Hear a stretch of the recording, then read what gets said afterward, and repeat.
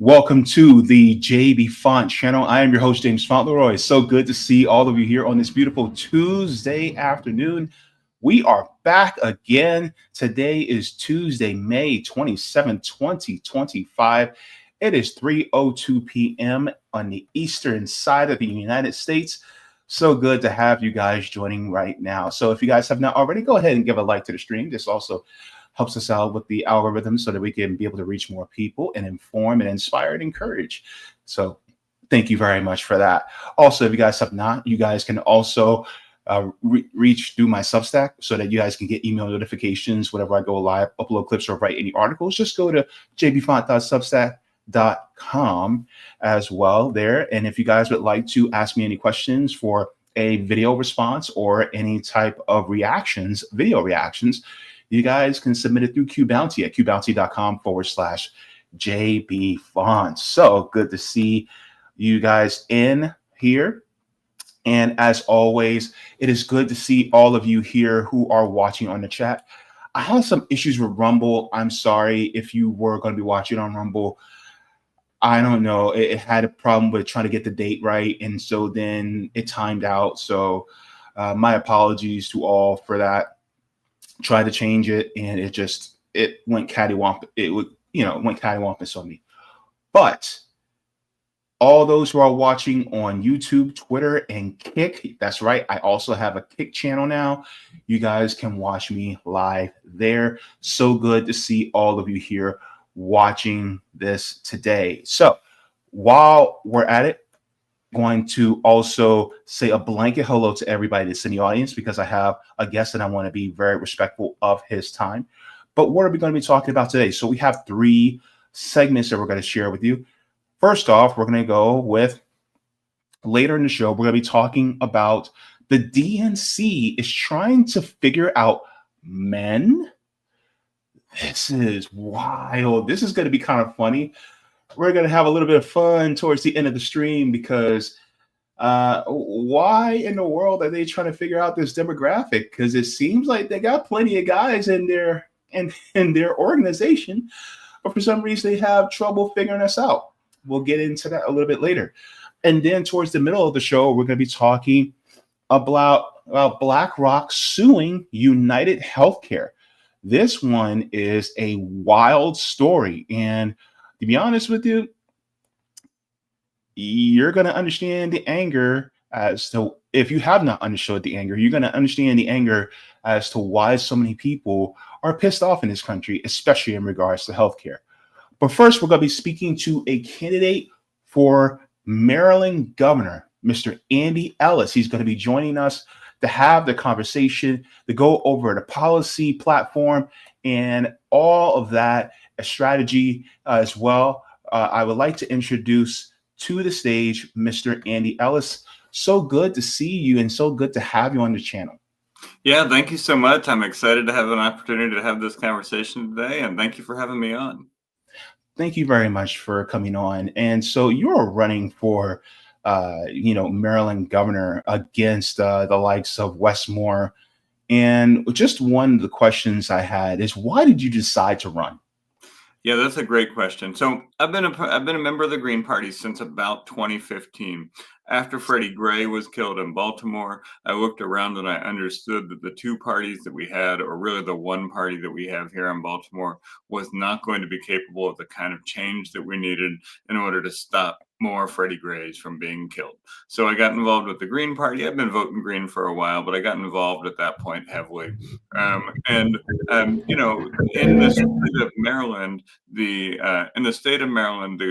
governor's race is one of the races that if we get 1% in it, we're able to have ballot access for the next year's race. So it's always been something that we've paid attention to. We've always looked at the governor's race and the president's race, because if we get 1% in those races, we can get ballot access without having to petition.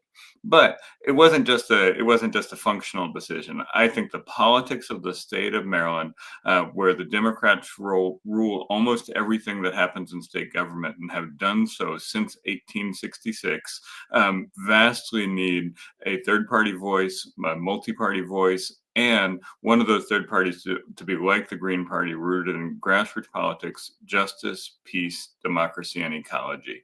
And so I looked at our 2022 candidate, Nancy Wallace, who ran, and she did not get started until like July or August of 2022, but she still was able to get really close to that 1%. And so I said, look, if we can run a 4-year campaign that is really good and that is really dedicated to building the Green Party across the state, not only can we get that 1%, but we can, start to build a third party politics that changes outcomes in the state of Maryland beyond just giving people more choices. So the day after Election Day in 2022, I, declared that I was exploring. January of this year, I declared that I was running, and here we are. All right. Well, thank you very much for that. So I do have a few questions. And first, what we're going to do is we're actually going to go to your policy platform here, because I would like to see everybody to see what it is. So here is your website. It is gogreen2026.com that you have here for governor. And of course, anybody who comes here, they have, all the different parts, especially, one talking about how you have a petition so that you guys can also enter the debates, which I also think is very important. You guys should be able to debate, especially on these issues that are so important. And also, you also have a podcast as well, which is great to be able to get that a fireside chat, as it were, out to the people. So I do think that is also very important. But one of the things I want to do is I want to go to the priorities. And so the priorities here are really your platform so far, to what I've seen, as far as what I've been looking at. And what I'm going to do here is I'm going to do something a little bit different. I'm going to start from the bottom and I'm going to work my way up, if you don't mind. Sure. And so we'll be doing that. And so it could be kind of in reverse order. So I think it will be very interesting to go that route. So just let me get to my notes here. Let me see. So as far as the first question goes, is under the build reliable and accessible mass transit all over Maryland, what would this look like and how will you pay for it? And does this include incorporating high-speed rail throughout the state? And what about assisting local municipalities with their public transit issues? Yeah. So, I mean, Maryland right now, Maryland is a place that is pretty dependent on roads and highways, and is a place that used to be very dependent on rail. So if we look back like 100 years, 50 years or so, rail was running all over the state. You could get from Western Maryland to Baltimore and DC very easily. Interstate highways came and replaced that. Suburbanization came and replaced that. And the rail is now mostly, more freight rail and that type of thing. So one of the things is that we need to make sure not just that the urban areas and the suburban areas have good transit, but that the folks out in Western Maryland and on the Eastern Shore and in Southern Maryland have access to all parts of the state without having to sit in traffic forever. There's a place that we've been going a lot in Western Maryland, in a place called Cumberland. Cumberland used to be the second largest city in the state of Maryland. It is in Appalachia, and it was where resources came from Appalachia to go down to DC and go down to Baltimore to get processed and exported and all of that. So it was a big part of the industrial economy. There was rail lines that went from Cumberland to Baltimore, rail lines that went from Cumberland to DC. Industry left, highways replaced rail. Now Cumberland has decreased in size drastically, and the only businesses in Cumberland are big hospitals and prisons. And so the folks who used to live in this sort of thriving Appalachian industrial town no longer have really any business, and they're trapped there unless they have a car that can get on the highway and drive several miles a day. So when we think about what transit looks like, it's not just a question of making sure that it is well maintained in the urban areas. That is important, but it is not just that. It's also re-extending rail lines across the state. So how do we pay for it? That's going to be a good question. We're going to have to figure out how to use tax dollars, how to use special transportation funds, and use a variety of these things to do that. But we have to prioritize it, and then we have to figure out how to pay for it. And so there's no sort of magic formula that is like, we'll do this. But, I think we have to make it a top priority to have transit to go to those places. And part of the reason that transit doesn't go to those places right now is because those places vote Republican reliably. And the General Assembly in Maryland has been controlled by Democrats since 1866. So they don't have a lot of interest in, making sure that that's a budgetary priority.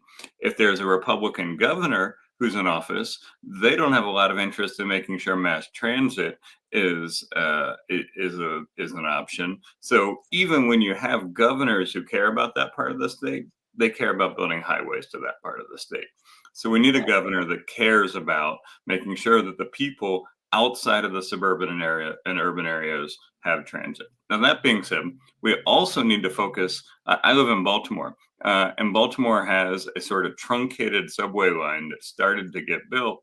And so a lot of our transit is bus in the city, and it's okay, but it is not on scale with a city the size of Baltimore. And it's really hard to get east or west. It's really hard for the Black working class neighborhoods to get to the places where jobs are. And it's really in a lot of the suburban areas that have the office parks, that have the retail, all of that, they don't want West and East Baltimore coming to their communities. So we have to also make sure that that last mile transit type of thing is available for folks so that when they do get on the existing transit, they can get to the job that's 2 miles away from the bus stop or 2 miles away from the subway station. Okay. So one thing I would like to follow up with is in regards to paying for it, because, you get a lot of people who are going to go, well, what are you going to do? You got to tax the job creators, things like that. One thing that I am aware of that's a way around that, especially because a lot of times when it comes to raising taxes, sometimes they'll be raising taxes on the working class and some who are on the upper echelons of the working class. A way around that is, from what I know, is called public banks. Are you aware of the Public Bank of North Dakota?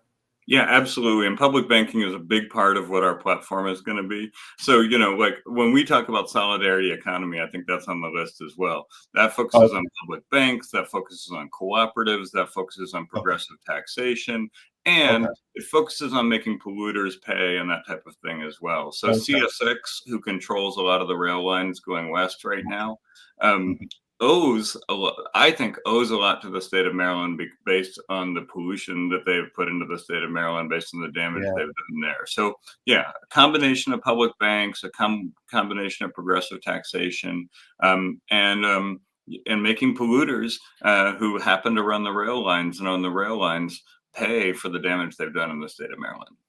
Yeah, just so that people can see, I actually have this infographic, and Andy, I can always share it with you as well. But this is actually talking about the different types of banks, including the public bank, and what it would mean.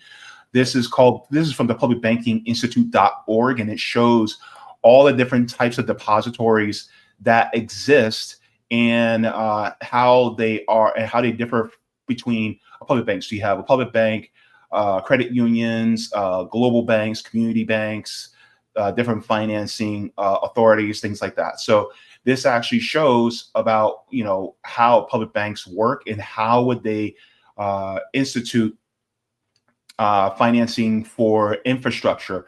And this is a great way of doing it without having to raise taxes at all. Now, I'm of the opinion, personally, that we should do this and raise taxes on the most wealthy. I think it's almost like a 1-2 punch, right?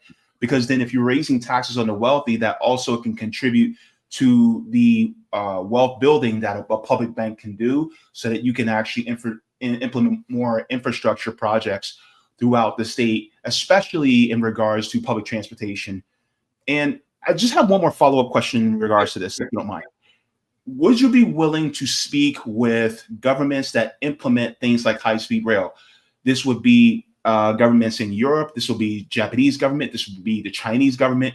Would you be willing to have conversations with them to see how you can implement this in a cost-effective, but also a very widespread way throughout the state of Maryland? Yeah, totally. A couple of things. So one of the core tenets of the campaign is that we'll talk to anybody. So if there's Mhm. anybody who has advice or criticism about what we're saying, we want to talk to them. We want to have those conversations. We think that too often politics in the blue party and the red party, they only talk to the people they want to, and they only hear from the people that they care to hear from. And we think that that is something that needs to be broken down. So absolutely, if there's anybody who wants to talk about any of those things, please let us know. Second thing I will say is if folks want to check out a really good podcast about public banking and how it helps solidarity economy, there's an episode in there with a guy named Matt Stannard. Matt Stannard used to work for the Public Banking Institute, and he Okay. shares some lessons of why we need to have a progressive and leftist worker focused politics while we're implementing public banking so that it doesn't just become a sort of tool. Like his sort of position is, as a tool by itself, it doesn't solve the problems if you don't have the right politics behind using the tool. All right. Beautiful. Thank you so very much for that. So we're Sure. going to move on to the next point that I want to get to. Let's see here. All right. So the next one after that about mass transit, we're going into our next question. And so this one is the ensure education is a public good. So according to the worldpopulationreview.com, Maryland ranks number 12 in the nation for education in 2024, but ranked 10th in school funding and resources.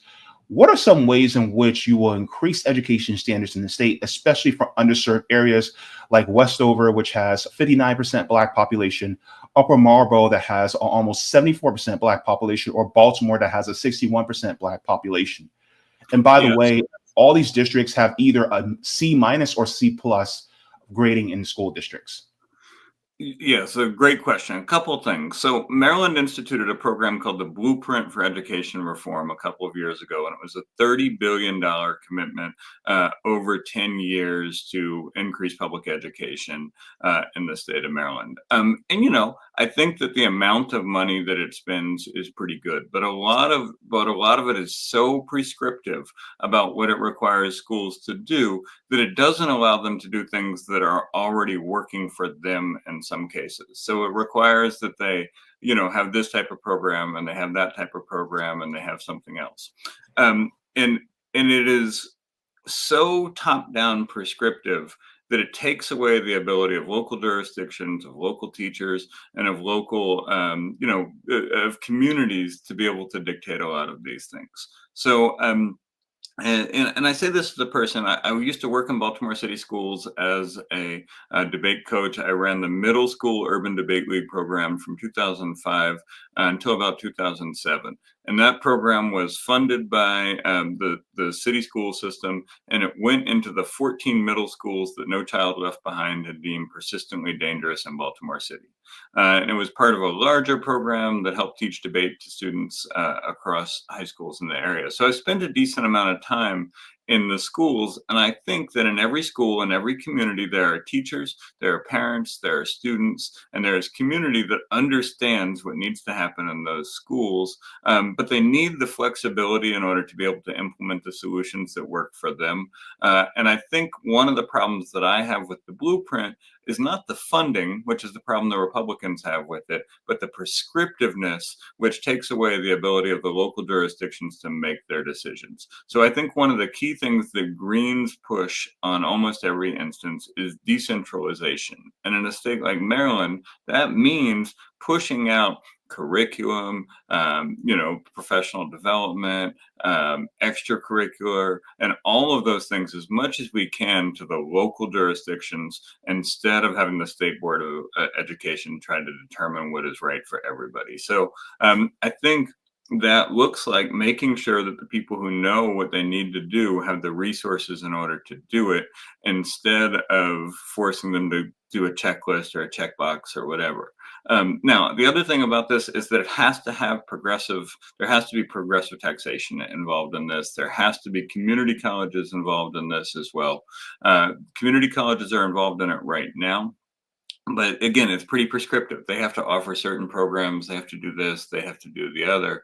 And I think community colleges are a significant resource for a lot of workers, for a lot of immigrants, for a lot of folks, and we need to give them the autonomy and the resources as well to do what they know works. This doesn't mean people shouldn't have standards, but it does mean that they should have less prescriptive dictates and less 10-year plans being passed down from the state bureaucrats, and let more teachers, school boards, student members of school boards, communities determine what's going to go on in communities.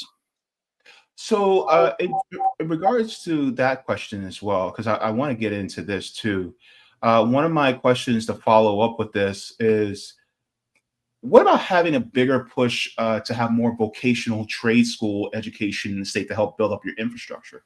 Yeah, sure. So, I mean, I think, Baltimore City has these trade school and vocation programs they've had for a long time. Sometimes they work with the unions in order to, collaborate and cooperate on things. I think we need to expand those type of things. I think we need to make sure that there are apprentice programs in those things that allow folks to get out of school and move right into a job.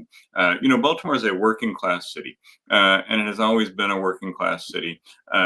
And the emphasis that has come over the last couple of decades that everybody has to go to college, et cetera, doesn't match with the way that Baltimore was when it was at its highest levels of success, where people were working industrial jobs and things like that. So, I think that stuff needs to be invested in. That stuff needs to be expanded in. Community colleges are a really good resource for that type of thing as well. Unions should be part of that. And a couple of years ago, we worked on this pilot program that would have taught students at Baltimore City schools to do solar panel installation, to do geothermal installation and that type of thing. And the idea was that they could, at the same time they were learning, help to install that structure on city school buildings and things like that. Now, there's some infrastructure questions. Are the roofs in good enough shape? But the state is investing a lot of money in upgrading Baltimore City schools, and we'd like to see something like that happen. It didn't take off when we were proposing it before. There didn't seem to be interest amongst Democrats who were in elected office about it. But that's the type of thing that I would love to see is, teaching people trades that are going to be useful for the future, and teaching people trades that make a real difference right now. And that has to be a cooperation between the state, the county, the schools, the unions, whatever industry there is, and the community colleges. Yeah, because one of the reasons why I asked, because a lot of the trades people who are working in these trades now, there has been such a lax in education in vocational and trade schools that they are a lot of these trades people who are workers there, they're going up in age, and now they're starting to age out and retire out of these fields. But there's really not as many people to replace them as there should be. And so now we're going to be running into a huge deficit. And this could be people like welders, carpenters, plumbers, it could be masons, it could be many different types of electricians, it could be many different types of fields within this. And so it feels like we're going to be running into a massive deficit within the next 10 to 15 years, because a lot of people who are in these fields are going to be retiring, fairly soon. So absolutely. And like I said, Baltimore, where I live, is a working class city. And that is when it has been at its best, has been when it has had a strong working class, when the trades have been strong. And so I think across the state, these type of programs are really important. And again, they got to be a collaboration between the trades, but the schools and the community colleges and whoever else is willing to participate to make it work. All right, perfect. Thank you. So we're going to be moving on to our third question from the bottom up. So this one has to deal with reparations, and this one is something that you have been spearheading very strongly. So under the Pay Reparations and Investment in Community Repair and Reinvestment, who does this include specifically, and what direction would you take to implement this? Yeah, so I just did a whole show yesterday about this.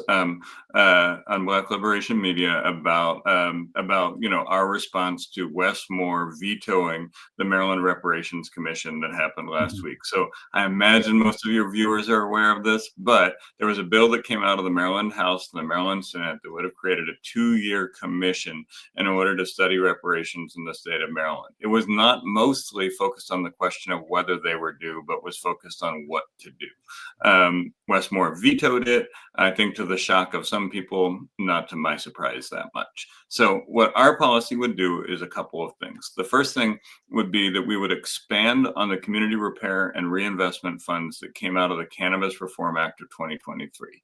So in 2023, when recreational cannabis came into Maryland, they created this fund where a chunk, 35%, I think originally, of recreational cannabis tax receipts would go to the jurisdictions that had the most arrests during the war on drugs. And then each of those jurisdictions is responsible for setting up a local commission that allocates the funds as they see fit. We think this is a good program. We think it works. We think it's getting off the ground, and we think additional revenue should go into that. So that's one thing. The second thing is we absolutely believe that there should be some form of cash payment reparations for different people who have been harmed by racist state policy. That includes people who were enslaved in the state of Maryland, but that also includes people who were forced to attend segregated schools that were underfunded by the state of Maryland. That includes people who were subject to legalized discrimination during Jim Crow. That includes people whose homes and communities were redlined, a practice that started here in Baltimore. And that includes probably people whose communities were destroyed and targeted by the war on drugs. It also includes a focus on cemeteries and sacred spaces, because we've been working very closely with the Bethesda African Cemetery Coalition, which is a group of people who are trying to defend the burial ground of a free Black community in Maryland that got taken by the county and developers, and stuff was built on top of their cemetery. And you know, we do think a commission is necessary. We think a commission is necessary to understand the details about how state policy can figure out what to do in order to pay reparations, how to calculate the individuals that have actuarial claims, and that type of thing. And we also think that that commission should not be a state agency, because if we made it a state agency right now, we would be turning that agency basically over to the Democratic Party in the state of Maryland. And we don't trust the Democratic Party as much as we trust the sort of independent Black scholars, activists, community organizations, HBCUs. You know, there's a really strong civic society of Black folks here in Maryland. And I think we would rather see the commission made up of folks like that, that are not, you know, under the control of whoever the governor and the General Assembly is, who, until some change happens, is likely to be members of the Democratic Party. So we could talk all day about reparations. Let me stop there and see if that answers the question you had, or if there's more specificity you want from me. Well, one of the reasons why I asked about more specifically is because some people, they think that reparations is specifically a race-based repair, and versus others who say it is more based on lineage and status. What is your opinion based on that? Yeah, I believe that reparations is about classes of people who were wronged by state policy or by private institutions and things like that. So I do not see it as a race-based policy. And it don't, you know, it's not all, it's somewhere between race-based and lineage, I think. You know, I think there's some people who have, no, actually, let me go back to that. It's not a race-based policy. It is about people and communities who were directly affected by racist policy, at least at the state level. I think the Democratic Party's approach to this, approach to racial wealth and racial health gaps and racial whatever other gaps, are a sort of combination of poverty reduction and affirmative action. And I think that's what Wes Moore is defending when he defends his record on these things as it relates to closing the wealth gap.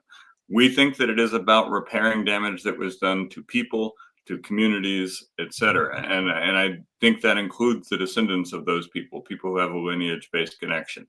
So if somebody was enslaved in the state of Maryland and their ancestors and people who have a lineage connection to them are here in the state of Maryland, they should be eligible for some form of reparation. If people who left the state of Maryland because racial terror pushed them out of the state of Maryland, but they were either enslaved or subject to segregated schooling or legalized discrimination or redlining, they should be able to come back and get that reparation. And so for me, it is comprehensive. There are communities that were really specifically damaged by racist policy.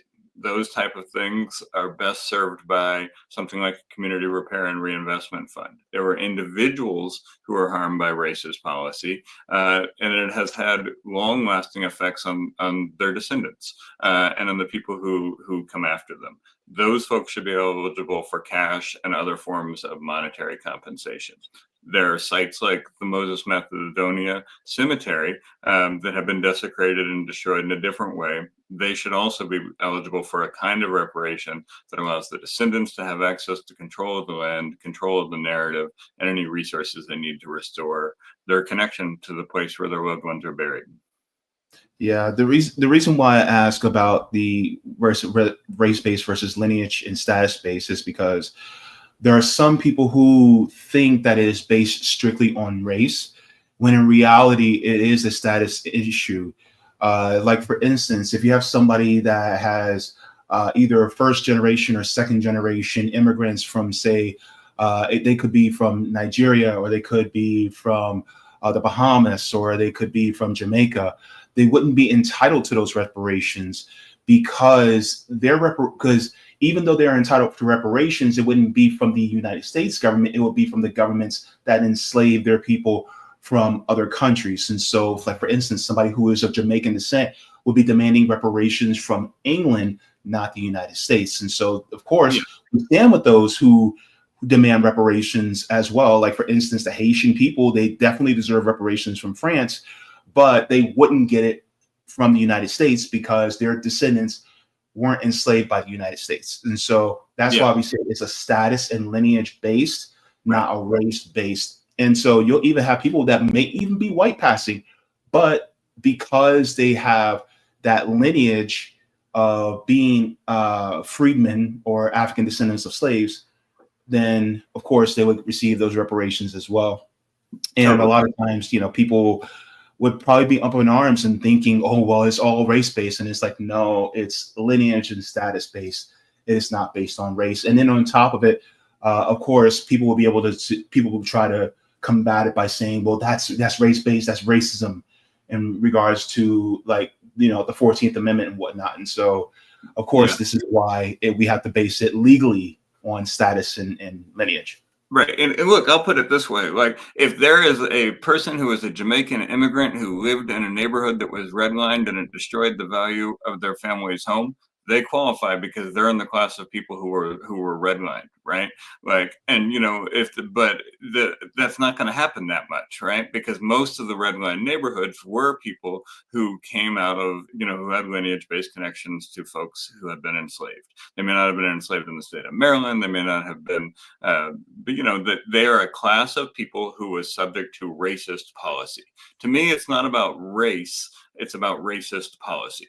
And if there is explicitly racist policy, like by the state of Maryland, or or by the counties in Maryland, or by businesses that were colluding with the state and the counties, those folks, I think, are eligible for some repair from the state. I think some of the conversation is a little bit different at the federal level, but I think at the state, it gets real precise. And it's really easy to say, this house that these people lived in had red lines drawn around it, and that decreased the value of their home, and that decreased the value of the home that they could pass on to people for generations. And that there should be an actuarial way to look at the damage that was done and figure out how to compensate them or their descendants for that. So, I think it is not like, does it apply to immigrants or does it apply to folks who were enslaved? It is, if you are in a class of people who are in one of the things that is eligible for reparations at the state level, then we believe that that should be calculated. I think most of this is designed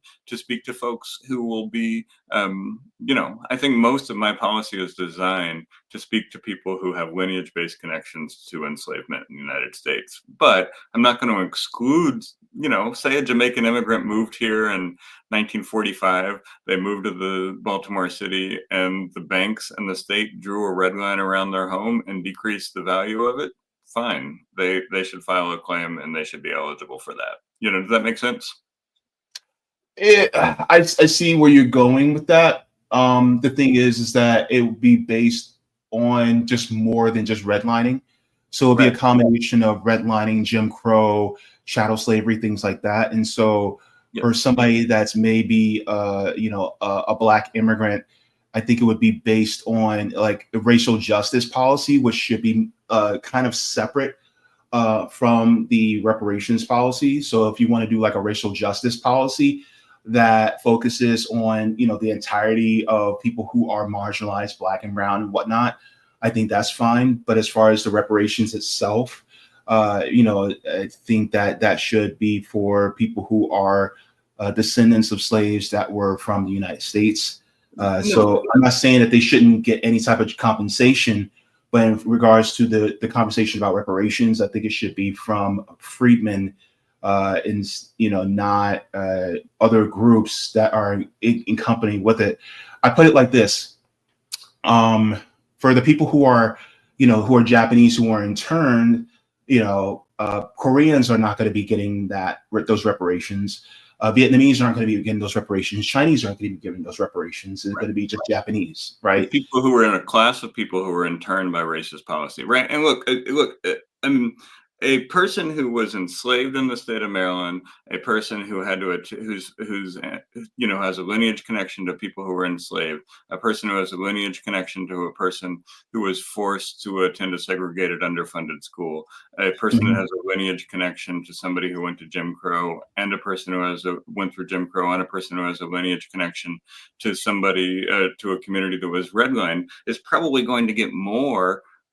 Is going to be eligible for more cash payment in the state of Maryland than they would somebody who just lived in a redline community but moved to the United States in 1950 or something like that. So to me, it's a question of degree, right? To me, reparations are a policy framework to remediate and solve past injustices that the government took part in. And in Maryland, that's particularly important because Maryland was a northern state that had 87,000 people enslaved at the beginning of the Civil War. It was not subject to the Emancipation Proclamation. It was not subject to the federal Reconstruction. It didn't really have a ton of Freedmen's Bureau activity here. And again, by 1866, Democrats had retaken control of the state legislature, and they re-enfranchised former Confederates, former slave owners, and folks like that. So while the rest of the Deep South and the rest of the Confederate states were going through this period where,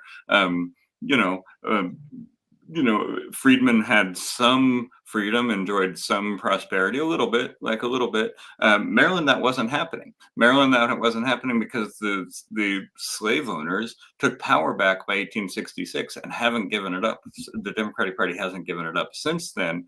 And so I think it's a little bit different here than it is in the national context because of that.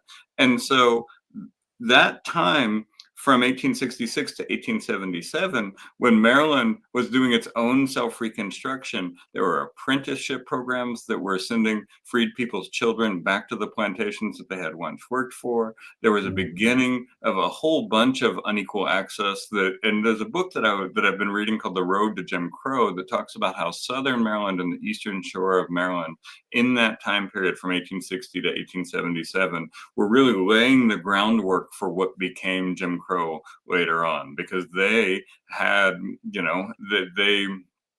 I guess I would say Maryland went through its redemption phase 1 year after the war.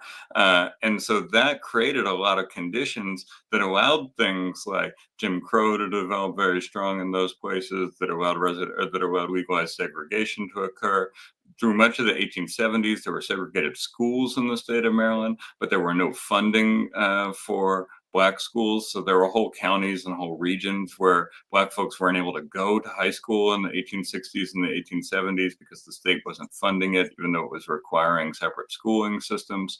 And, Maryland is the place where redlining started. Baltimore is the place where redlining started. So I hear what you're saying. And I think what I'm saying is that, like, we need to have a contextual state level policy that understands the damage that the state of Maryland has done via racist policy. And if we can identify classes of people who were subject, classes of people, mostly American descendants of slavery, mostly whatever group name you want to do attached to that, that's what most of those folks are going to be.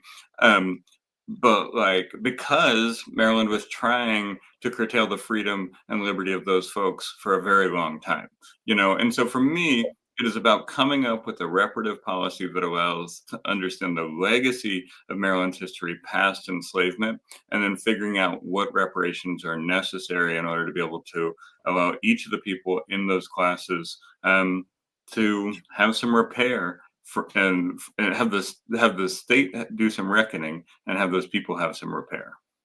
All right. Thank you very much for that nuanced answer.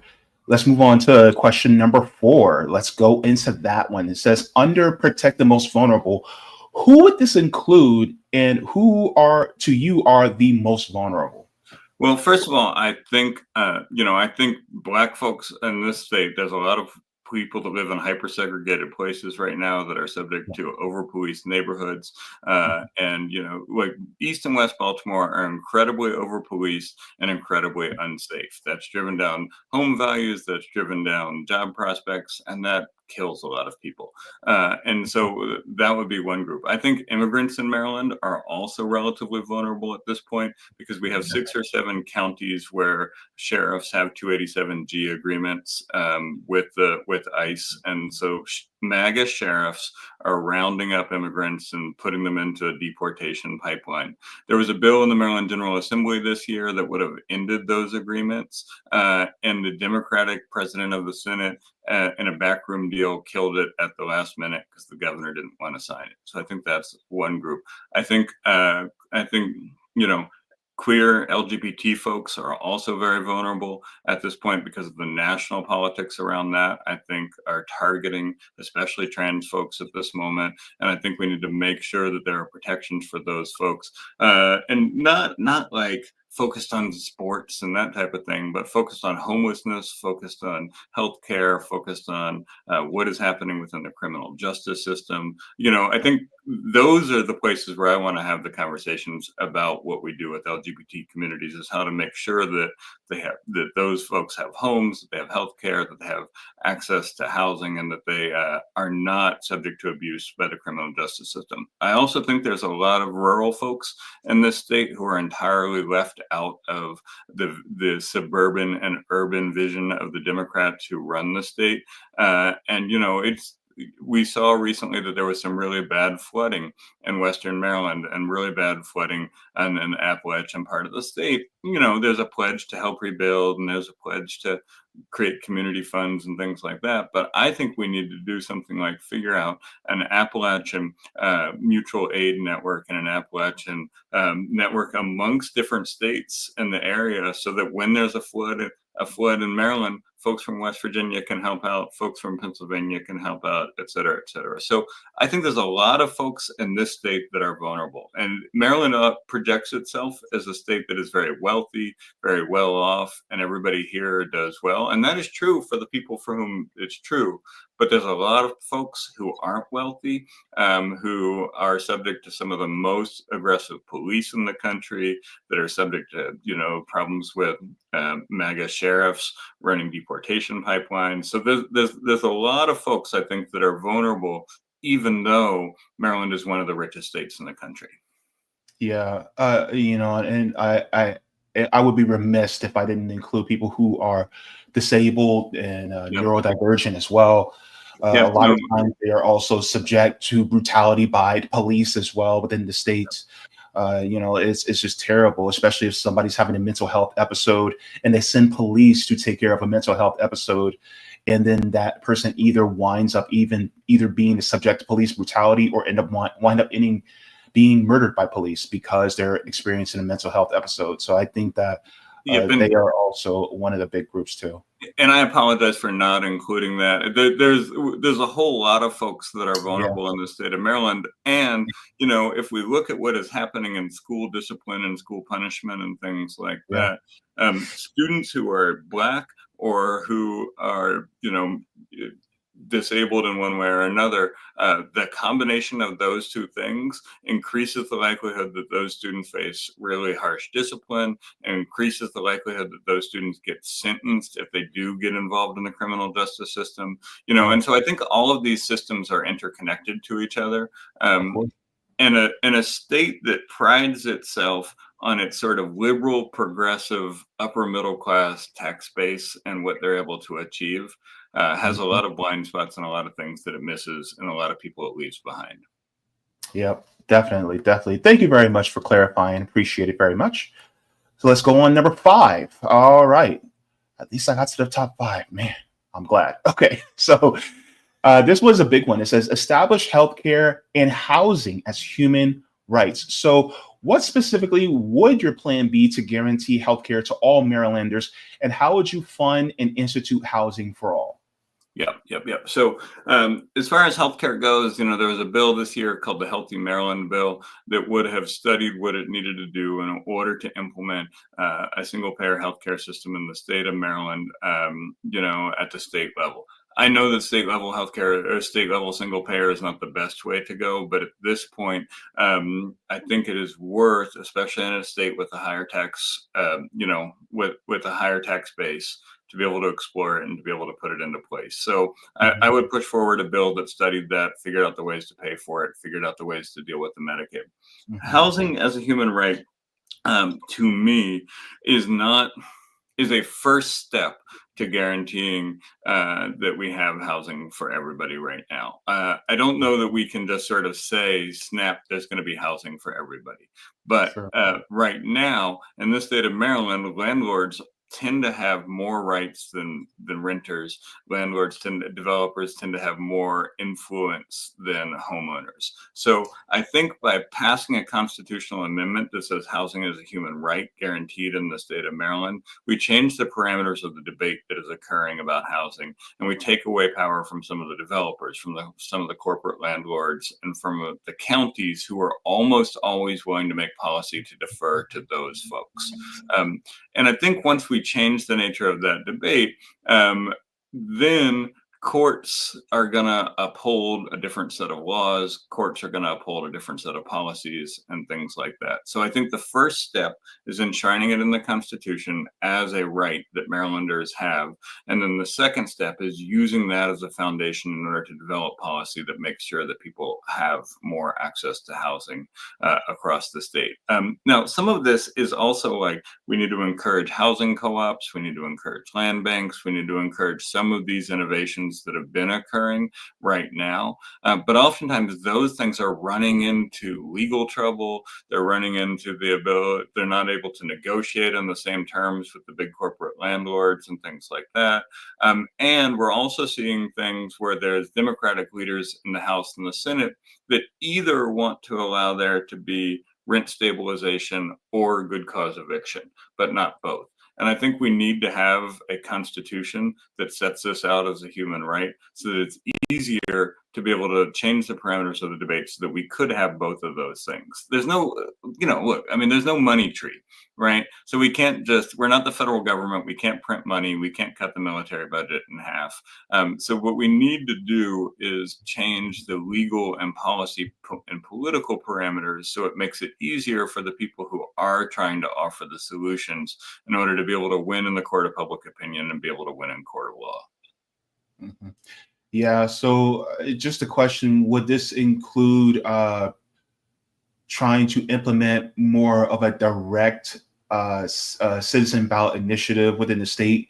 Because sometimes I feel like it is better to circumvent the politicians and do direct democracy in order to do this. And this could include a law to decommodify housing, especially if you can decommodify housing, at least half of housing. of course, this will be a boom to some of those who are, who do have homes, where if you take 50% of the houses out of the market for being commodified, well, then they actually can grow in wealth, as far as the housing costs are concerned. But then at the same time, you decommodify it so you can actually provide housing for those who are unhoused. And so then there's not this huge influx of people who are unhoused who go, well, where do I go? Because one of the things that I notice is that a lot of times is it's like it's a cycle. It's like once you are unhoused, then your health gets worse, or you become unhoused because your health got worse. Yeah. Right. And so it's this perpetual cycle that ends up happening. And when I say health, I'm not just talking about physical health. I'm also talking about mental and emotional health as well, which can also lead to abuse of substances and things like that. A lot of people don't realize that some people become addicted to substances after they become homeless because they're homeless. Right. Or sometimes, people have more the mental health issues are exacerbated by being unhoused. And so really, I'm a firm believer in the housing first initiative, basically meaning you give people housing first, then you see, their conditions improve once they have a roof over their head, because that disease of despair is no longer there, meaning that the cortisol levels are dropping. And then because they have housing, they're more comfortable. They're able to use their more logical brain a little bit better. So then they're able to go, oh, I don't have much to do, even though I have a housing over me now. Let me do something, so that, like getting employment. Let me seek out help so that I can, curtail this substance abuse through, because substance abuse is a medical issue, or if I'm having mental health issues, of course, adding the healthcare for all for everybody, so that they can also have mental health services without having to worry about cost. So then this also helps. It's almost like a domino effect, a positive domino effect that can happen as well. Yes, totally. So if Roger is watching, he has been talking to me a lot about citizen initiative, and that absolutely is an important thing that we need to do here, because we don't have it at the state level. We have it in 14 counties where we can make charter amendments, and we can change the county level governance structure that way, but we don't have it at the state level. So if I were to be governor, I would demand that the General Assembly pass a constitutional amendment that allowed there to be citizen initiative, and I wouldn't veto anything that they sent my way if they didn't pass that, right? And and I'm not even saying that they would have to. I'm not even saying that they would have to institute citizen initiative. I'm saying they would have to give the voters of the state of Maryland an opportunity to get to vote on a constitutional amendment that would bring citizen initiative. So when people say, "What is the first thing you would do?" First thing I would do is tell the General Assembly that they have to pass this constitutional amendment so that it can go to the voters. And if they don't, I'm going to veto 90% of the stuff they send me. They might override that veto, but like that, I think is the kind of way that we have to use post-duopoly politics and post-duopoly power in order to change things. It's like, we're not going to go and do business as usual politics and just be a greener version of a blue governor. We're going to go and we're going to demand that things change. And the first demand for that is that we allow citizen initiative to be here in the state of Maryland, so that people can circumvent the politicians when the politicians who live who run out of gerrymandered districts that are gerrymandered in order to ensure that the Democrats keep a veto-proof majority. We need to change that. We need to give people the initiative, and all of the Democrat counties where all these folks have it at the county level, and so we need to have it at the state level. So absolutely on that. The second thing is, I think these housing first initiatives are super important because Maryland has the highest rate of evictions of any state in the country, and when you get evicted in a place like where I live in Baltimore, or like where my mom lives in Frederick, well, once you get that eviction in a really hyper competitive rental market, you're not getting another place. And so we end up having people move out of state or move 3-4 hours away because that's where the rental market is more open. And then, like I said, they don't have access to trains. They may not have a car that can drive 3 hours every day. So now they're stuck in a town where the only jobs are at a prison or at, cleaning a hospital. And so we need to have that. We need to have citizen initiative. We need to have housing first, and we need to do something to stop the landlords from being able to raise the rates and kick people out at will. Yeah, and one of the benefits of having a state public bank is that it builds infrastructure in order to help. So the building of the infrastructure of, say, more public housing for the people to be able to have. So then, of course, it's not going to be a huge cost to the taxpayers, right? But then at the same time, you're also giving housing to those who are unhoused, and then those people who are unhoused also eventually will get jobs. So then they can start paying more taxes to the state, and so it's a positive cycle that ends up starting. So I think that's just a wonderful idea. God, I have more questions. Can we do like 10 more minutes? I'm good as long as you want to go. Okay. I just want to get to a couple more questions. Then I really want to get through this list. So we're going to go to number 6. Thank you very much for being very generous of your time, by the way. Number 6 that we're going to get to is divest from war, exploitation, incarceration, and environmental destruction. Would this include divestment from Israel for their Holocaust against Palestinians? And would you push for or support state divestment and sanctions against Israel? That's the first part of my question. Yeah, so that's how this came about. When I originally started this campaign, the part of the Israel stuff that we were focused on was overturning the BDS executive order that Republican Governor Larry Hogan signed and Democratic Governor Wes Moore extended. So to 2017, I think, maybe 2018, there was a BDS executive order here that says you can't do any contracting with the state of Maryland if you support boycotting Israel, including its territories, which means you couldn't even boycott something in the state of Maryland that was occupying a business out of illegal settlements in the West Bank. That would prohibit you. So when we started this campaign, we were going to repeal that. And that was in 2022. Then in 2023, as it became clear that that was just symbolic compared to the real harm that was going on, we now understand that we need to divest any state of Maryland connection to the state of Israel. And that includes the Maryland Israel Development Consortium or something, which is a public-private partnership between the Maryland Department of Commerce and the government of Israel in order to start businesses here that help Israel. And those are oftentimes technology businesses, security businesses, things like that. So we're immediately cutting that.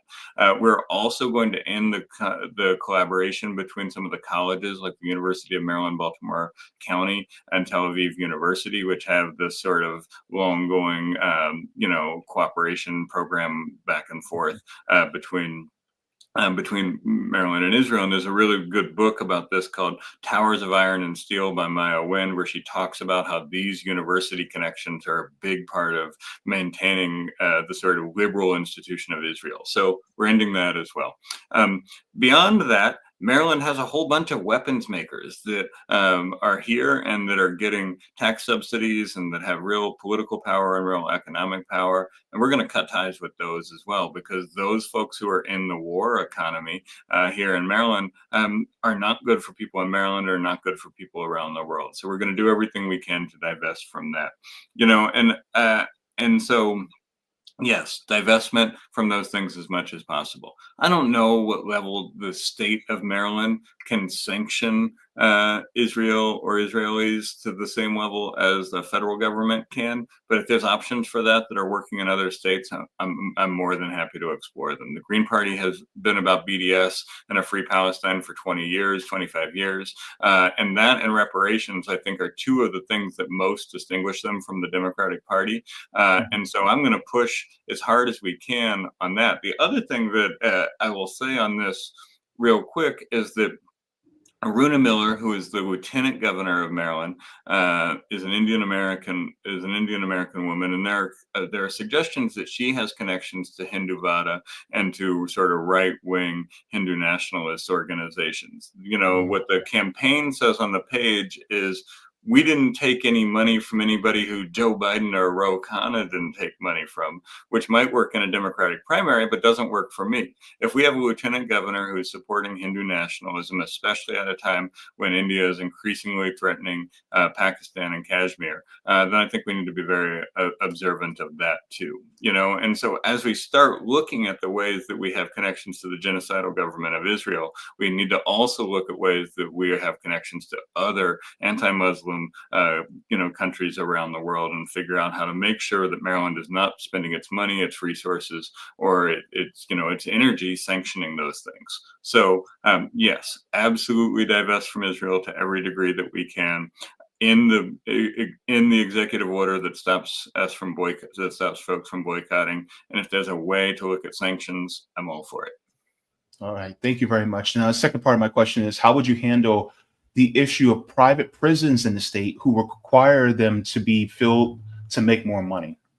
Maryland doesn't really use private prisons for the most part. Maryland is okay on that question, but it does use prison industry and our schools. It does use prison work and labor in a lot of places. And I think that's a real problem too. And I think we need to turn our focus there and figure out either how to make sure that if prison labor is being used, that people are being paid a fair and reasonable wage for that, or just stop using prison labor altogether. And I think generally Maryland has a mass incarceration problem, and it has long had a mass incarceration problem. It has a mass arrest problem. It has an over policing problem, and we need to understand how to wind down this system that Martin O'Malley and a lot of other people helped to put in place in the state, that lock up too many people, that charge too many people, that don't allow people like we have this unit rule here about expungement. So if you get slapped with a whole bunch of charges, but they drop some of them, you can't easily get rid of the ones that got dropped from your record. You have to get everything expunged together. There is a ton of work to do in the area of criminal justice because despite being a 30% Black state, despite being a wealthy state, Maryland has solved most of its political problems with mass policing and mass incarceration over the years, and we have to unwind that if we want a future that works for everyone. All right, thank you very much. And there's a third part to my question, and because you talked about environmental destruction, would you be willing to take a look at thorium-based nuclear power plants?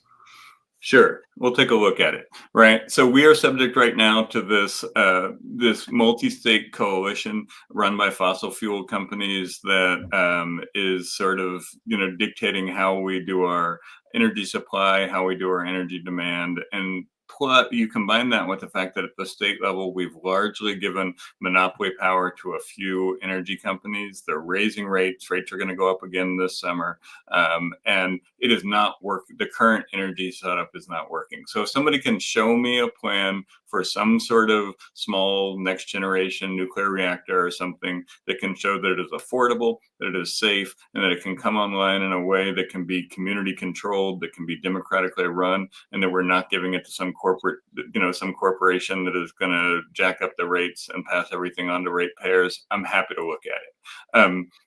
And so I'm not going to, I think it is essential that Maryland breaks away from control of the fossil fuel companies. And I'm not interested in any form of energy where we just transfer it from one corporation to another corporation. I'm interested in a form of energy where the people of Maryland can democratically control the energy supply. And I'll look at any source that's available if we can do that. But to me, the key thing is getting the power away from the fossil fuel companies and the energy companies that work with the fossil fuel companies. Yeah, let me just share this article with you. This is actually out of Live Science. It says, these Chinese scientists make nuclear power breakthrough using abandoned U.S. research. Scientists in China have refueled a thorium reactor on the fly for the first time. The breakthrough is paving the way for working reactors that are significantly safer than conventional alternatives. This came out in April of this year, and it talks about thorium reactors and how they are much safer than uranium reactors. And so, of course, some people still have, when they hear nuclear, they have a visceral reaction, which is justified given, what, has happened in the past. But thorium seems to be a lot safer and a lot more holistic when it comes to being used as far as power. And one thing I also would also push is that this if we were to implement a thorium-based reactor, it would have to be community or state owned, right, not owned by any corporation. No public-private partnerships. It's only public. I would be kind of like the Tennessee Valley Authority, where it's only owned by the people and ran by the people. So therefore, their energy costs will be lower because it's not subject to profit, as well as any money that is garnered for it would be for maintenance and for emergency funds and things like that, so that they can continue to run, and also it being such a much lower cost to the people, both environmentally and also fiscally, then that also would be kind of an influx of cash towards the taxpayers of Maryland as well. Totally. And look, any energy source we use, we need to understand its cost, how long it's going to take to get online, and what the risks, what the environmental and pollution risks of it are. But the most important thing is that we move away from trying to beg the corporations to give us a good rate and figure out how to take control of our power supply, so that we, the people, can determine how it runs, how it works. And if that includes nuclear, and somebody can prove, and make the case for it being safe, costly, or cost efficient and timely, great. I'm more than happy to listen to that. Okay. So let me get to this final. I just want to ask one more question, and then I'll just leave it there, because, of course, you've been very respectful. You've been very generous with your time, and so I just want to thank you for that. But the final question that I will like to ask is, let me see here. Make sure I go back to my notes. And so this would be: invest in community institutions that can address the root causes of crime. So what method would this entail, and would this mean divestment from traditional police and reinvestment into underserved communities? What specifically would this look like? Yeah, so I mean, it certainly is. It certainly is less money in policing. It is more money in community-based violence interruption. It is more money in community-based programs and things like that. So one of the things that I mentioned was the Community Repair and Reinvestment Fund at the beginning. And one of the goals of the Community Repair and Reinvestment Fund is to go around the foundations and the, sort of university foundation, nonprofit best practice complex, and figure out what things are working in the communities where crime is a problem, and figure out how to get resources to those folks. So if there is a grassroots group of folks that are doing violence interruption, I would much rather figure out what kind of resources those folks need than give some university foundation funded program that has a flashy website and a nice deck of how they have best practices and things like that.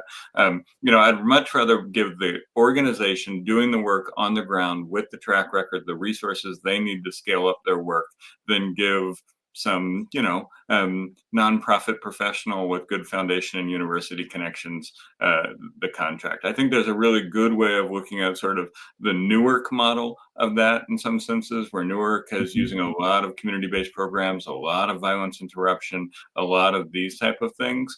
I think most of the places where crime is a problem have people in those communities who know what to do in order to take care of kids, and know what to do in order to bring about community repair, know what to do to bring about rehabilitation, have different ways of addressing drug use and mental health problems than the social science establishment would say. And I think we need to get resources to those folks. The people who are doing the work know what they're doing, and we shouldn't be afraid, even if they don't have the grant writer who can explain exactly why they hit every point on the metric or something like that. If they can prove that they've been doing the work, we should make sure that resources flow to them. Now, I'm not saying that some of the foundations, some of the university funded, some of the nonprofit things aren't good, but as long as we let them define what this stuff looks like, then we're gonna get stuff that shuts out the people who have the answers and are doing the work right now in communities and have been doing it for decades. All right. Thank you very much for that nuanced answer. Look, I just want to thank you. I was able to get 8 out of 10 of my questions for this one. So I feel like that is a victory. That's a huge victory. Thank you so very much for joining me. So if you can let people know where they can find you, your website, which I've already put in the description as well as in the chat, but if you can know what you have coming up next as well. Yeah. Sure. So thank you so much. This is an awesome conversation. It went by really quick. I'm sorry I spoke for so long on some of these answers and we didn't get to all 10 of your questions, but people can check us out at gogreen2026.com. I think it's the same on X. It's the same on Facebook. I think on IG it's Go Green Maryland or something like that. But all of that is available from the website. There's a link for you there. You can do all of that stuff. Then June 14th, we have the Maryland Green Party annual assembly, and it is the 25th annual Maryland Green Party assembly. Most third parties in the United States don't last 4 or 5 years. We've lasted 25 years, and we're really proud of that. We want to celebrate the past 25 years, keeping, being on the ballot for all that time, and look forward to the next 25 years. And then I also wanted to say next, coming up pretty soon, there's going to be some more information coming out. This weekend, we're going to start a campaign newsletter called Theory of Change. And with that, we're going to try to explain the questions that everybody has. Like, hey, Andy, I like all the ideas you had today. How does running as a third-party candidate help us to get to those ideas? So that's going to be the venue where we talk about all that stuff. We talk about how third-party politics work with the theory, with the history, and the practice. And then coming up later in July, we'll be releasing our plan for a solidarity economy. This has public banks, this has co-ops, this has progressive taxation, this has public ownership. We think that this is a vision of what Maryland can look like 10 years from now. Now that the federal government, the Trump administration has cut the federal jobs, which have been our lifeline out. We need to think about what we do to build a Maryland that works for everyone 10 years from now. And that solidarity economy plan will be coming out very soon. And then we'll have some other stuff coming out later in the summer about what it looks like to have a grassroots democracy plan. We really believe that now is the time to talk about how to transform Maryland, how to think about the Maryland we want for a decade from now, and how to start working for it. And that's really what this is all about. The policy parts of it are important, but in order to get the policy parts of it, we have to have a method of activating people and activating a movement in order to push for these type of things. And we have to have a vision of what a different kind of state looks like. So we're working on all of that stuff. I'm always happy to come on and talk about any of those things, but I so appreciate the opportunity to run down the list today, talk to you and your listeners about all this stuff, you and your viewers, and just engage this awesome conversation. I love a policy conversation on the left outside of the duopoly, and just really appreciate you making the space for having it today. Thank you so very much for coming on. It was definitely a pleasure and an honor to have you. Look, everybody, Andy Ellis for Governor of Maryland. Thank you so very much for joining me, and I hope to see you again very soon. Excellent. Thank you. All right. Take care. Bye-bye.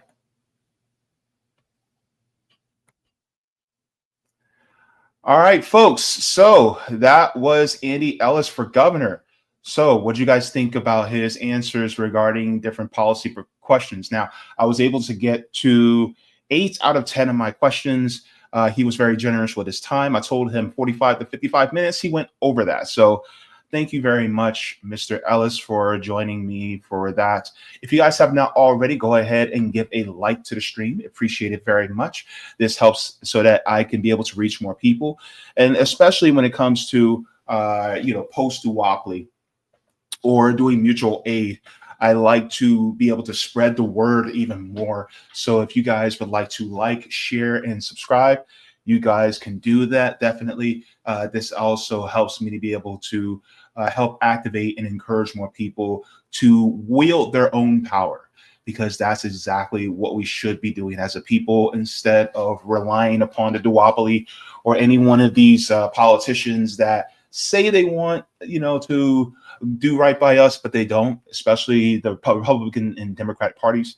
So you guys have that there. And then also I can bring on more independent and third party candidates to talk to the people. So thank you very much for that. So what we're going to do is we are going to get into talking to our neighbors, our friends, and our comrades in the chats. Well, excuse me. But before we do that, I would like to get to the shout out to the patrons on Patreon, and then we will get into that. So here are the tiers for the patrons. So thank you very much to everybody, because I would not be able to do this show without you. So here are the patrons. We have Mega Jaybefaunters, Super Duper Jaybefaunters, Super Jaybefaunters, we have Comrade, Solidarity, and JB members, and all the future new members. Thank you so very much from the top and bottom of my heart. You guys make this channel possible. So thank you so very much for that. Also, in addition to and furthermore, if you guys have not noticed, my channel is demonetized. So if you like to support the channel, you can support via Patreon or PayPal. So let's get into some of the comments in the chat. All right. So we're going to say our hellos and our salutations and all that good stuff. So first we have coming in to Eric T. Red from the Savvy Sabs podcast coming in saying good day to all.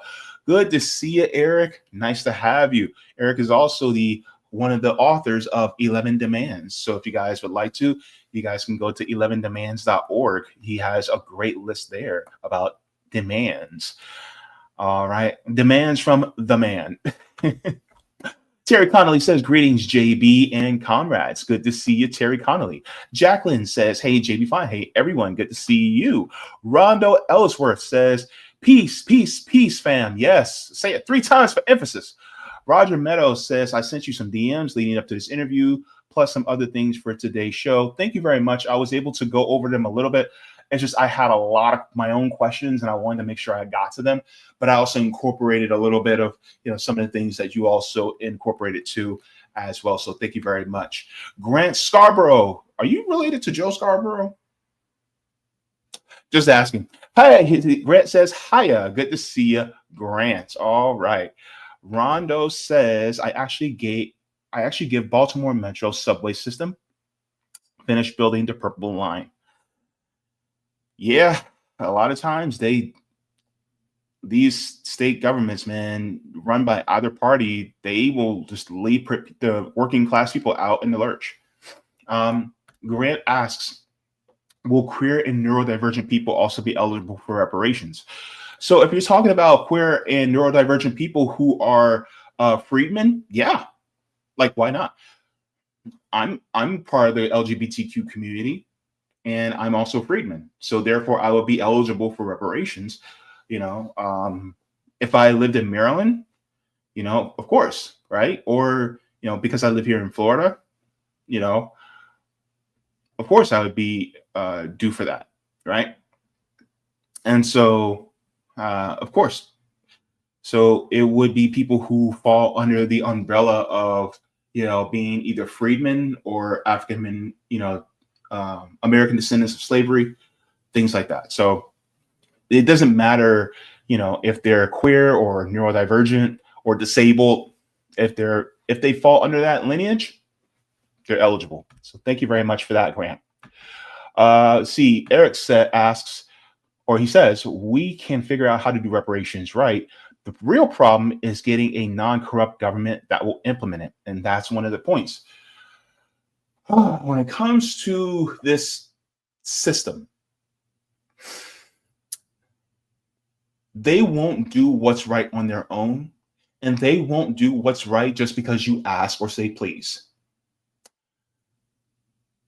You either have to force them or you have to move them out of the way in order for the right thing to be done.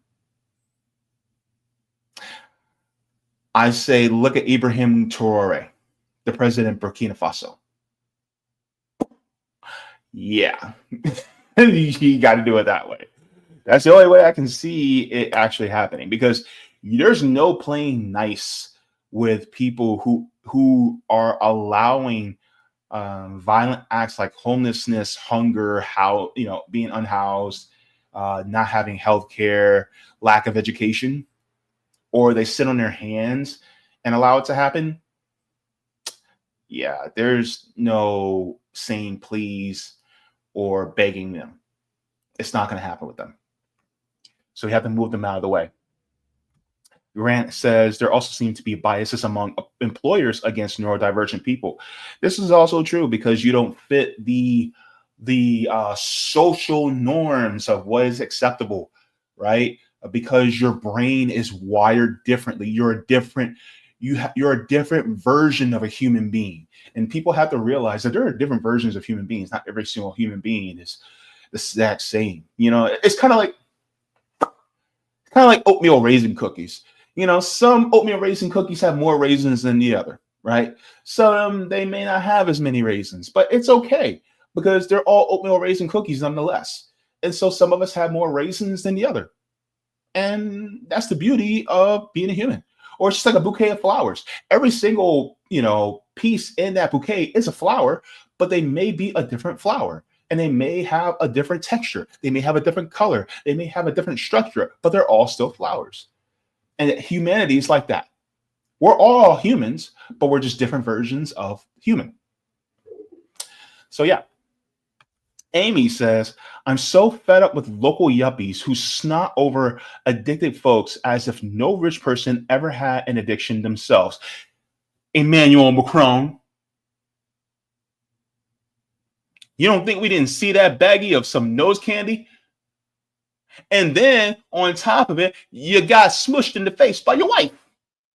Oh, I know y'all saw that. That was hilarious. Look, Emmanuel Macron's wife said, what did the five fingers say to the face? That was cold-blooded. I'm Rick James. And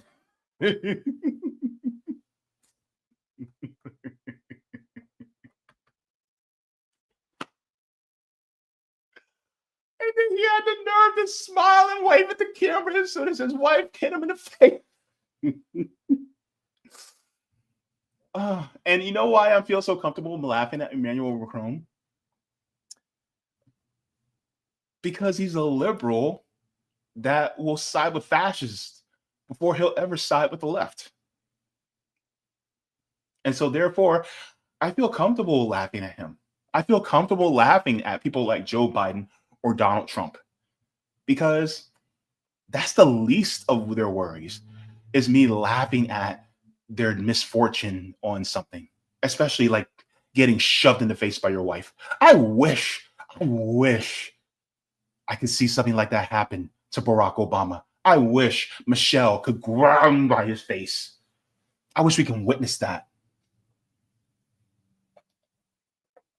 Give me my popcorn. And don't make sure it's not too salty. And make sure you got plenty of butter in it too. Give me some some Whoppers or Raisinets to go with it. I'm watching a movie here. Kyle says, I love your platform, Andy Ellis, and I plan to get involved with what you're doing. I am from Maryland and can't wait to meet B1 fam. Thank you very much, Kyle. Nice to have you and welcome. I don't know if I saw you on here, but either way, welcome. Nice to have you. Hopefully, you're snacking on some oatmeal raisin cookies with some milk and you got your feet popped up, on a nice ottoman. Kate Mack, good to see you, says, so sorry. I'm like, Kate, don't you dare apologize for being fashionably late. You came in like a queen and you were like, hello, everyone. I'm finally here. And we're like, hey, Kate. Says, was grocery shopping looking handsome as ever. Oh, you're so sweet. Look, I hope some of that grocery shopping. What'd you get? I hope you're making some mac and cheese. I shouldn't be having that many carbs, but child, I get down with some mac and cheese now. Don't get me started. The big battery out of it all.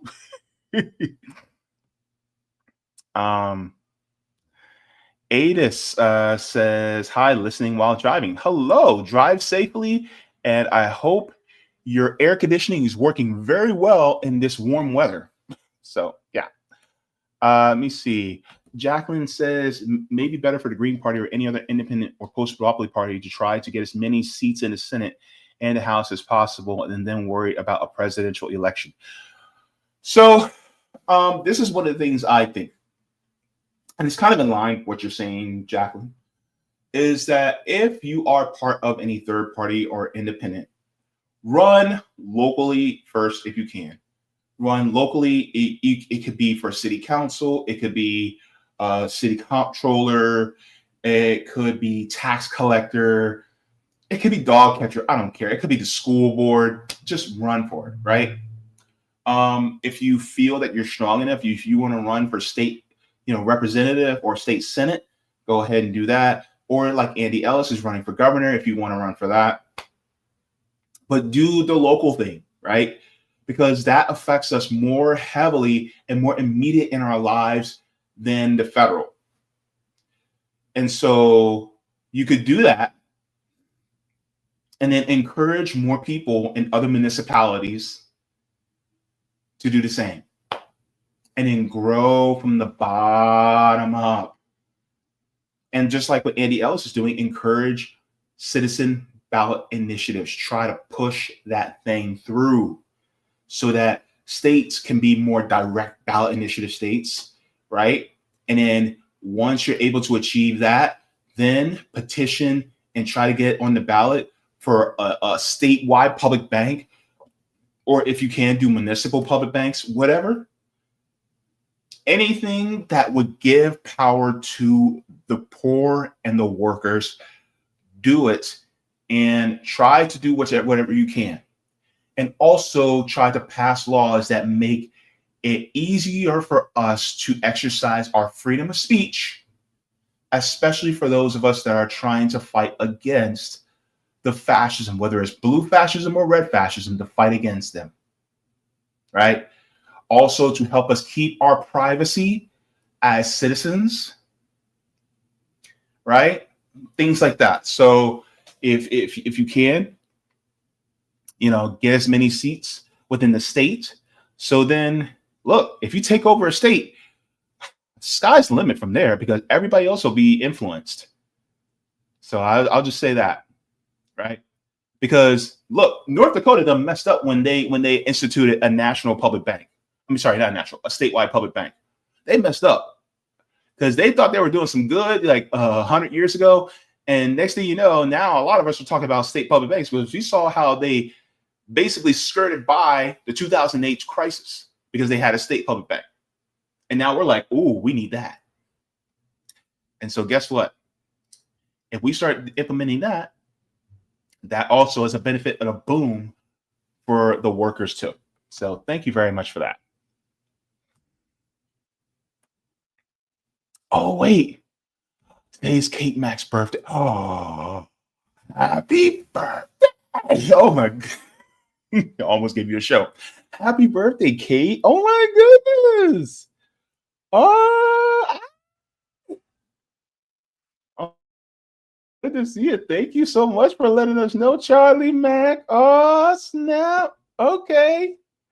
Nice to see you. We know Kate. Kate's 21 years old today. All right. So, with that nice news, here's what we're going to do. We are going to do this. We're going to go into our next subject. So, first things first. So, we talked to Andy Ellis, and we had a great conversation about policy and about different policies that he would like to implement in Maryland. And look, I think that honestly, more people who are running third party or independent should do the same, or should try to do the same. Now we're going to be going into the next subject that we're going to be talking about. It's going to be dealing with healthcare, but this one's going to be dealing with United Healthcare being sued by BlackRock. And who is that in the picture? This person doesn't want you to know who he is, but we're going to tell you. That's Larry Fink, the CEO of BlackRock. Yes, that company that's part of the same group that seems to own everything. Yeah, we're going to get into that. So be prepared. Buckle up your seats. It's going to be a bumpy ride.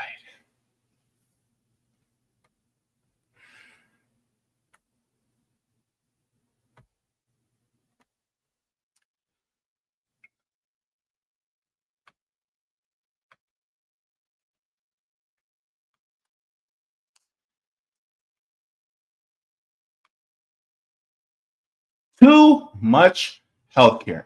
Let's get into this.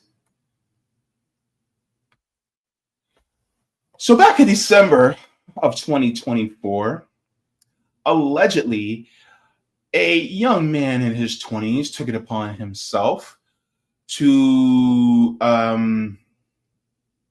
neutralize a prominent CEO who is part of United Health Group, which is a subsidiary of United Healthcare Company. It's a private insurance company here in the United States, one of the largest private insurers here in the United States. Well, since then, they've been a little spooked because a lot of the people were like, ha, ha, ha, chicken's coming home to roost. And so they got scared. So what did they do? Well, guess what? They started rubber stamping a lot more claims than they used to. But that led to some people, particularly within the ruling class, to get a screw face like, what are you doing? You shouldn't be doing that. That's our money. Right? Well, now we're seeing that they're trying to screw United Healthcare for giving too much healthcare. You can't make this stuff up. Let's get into this article out of Medium. Oh my goodness. So it says BlackRock is suing United Healthcare for giving too much care to patients after the CEO was murked. Oh my goodness. This stuff absolutely writes itself. Oh my goodness. Let's get into this. So this is the CEO of BlackRock, Larry Fink, right? And of course, he looks like a villain. He looks like a Bond villain saying, Mr. Bond, I see that you are trying to take over the healthcare system, but luckily for me, I have friends in high places. Anyway, let's continue on. And I love how this article starts it off. It says, you think you've seen peak corporate insanity? Hold my beer. BlackRock, the most powerful asset manager in United Health's biggest shareholder with nearly 10% ownership, is literally suing the health insurance giant, but not for what you'd expect. They're mad that the United Health may actually be giving patients too much care. Yeah, you read that right. In the upside down world of Wall Street, providing healthcare is apparently bad for business. So this first subheading, when helping patients becomes a problem. Here's the lawsuit's twisted premise. After the CEO, Brian Thompson, got murdered and the whole country started screaming about claim denials, United Health apparently got spooked. Word is that they've been approving more treatments, covering more procedures, maybe even, God forbid, acting like actual insurance company instead of a denial machine. And BlackRock is pissed about it. Not pissed, pissed. The lawsuit alleges that United Health misled investors by not being clear about how all this negative publicity might make them, actually honor their insurance contracts. Because apparently when your CEO gets shot for denying cancer treatments, the logical response is to maybe stop denying so many cancer treatments. But that cuts into profits. And when profits drop, BlackRock's massive stake loses value. Let's stop there for a second, okay? Here's the thing.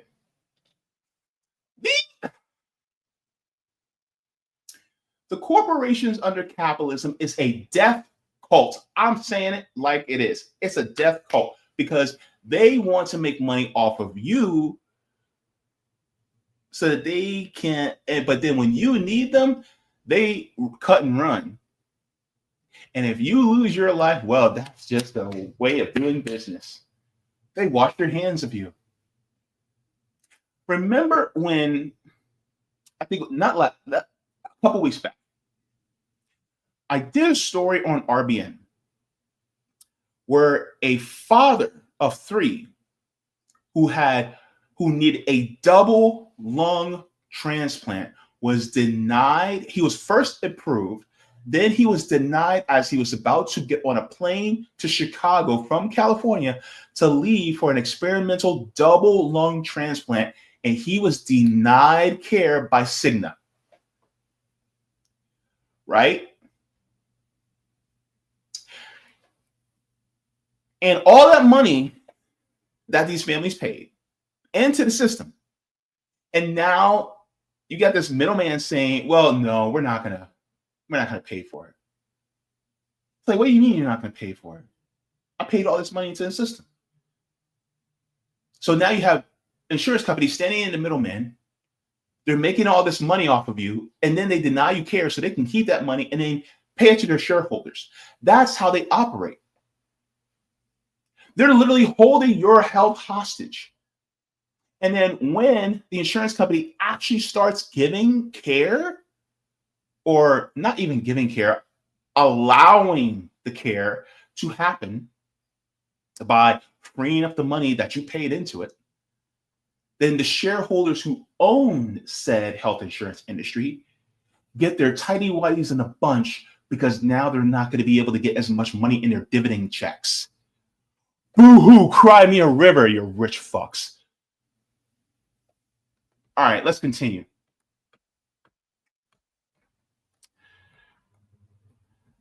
It says the math is disgusting but simple. Every approved claim equals less money for shareholders. Every covered surgery equals smaller dividends. Every life saved equals lower stock price. I'm going to stop there right here, right now. Let me tell you something. This is exactly why the for-profit model needs to be out of healthcare. And so people will go, well, if they can't make profits, then they can't exist. Exactly. Therefore, it should be owned by the people, not by corporations. You want the government to run healthcare? Yes. Yes. Run it and well-fund it. Because guess what? Guess what happens when you put it in private hands? Guess what? They start denying you.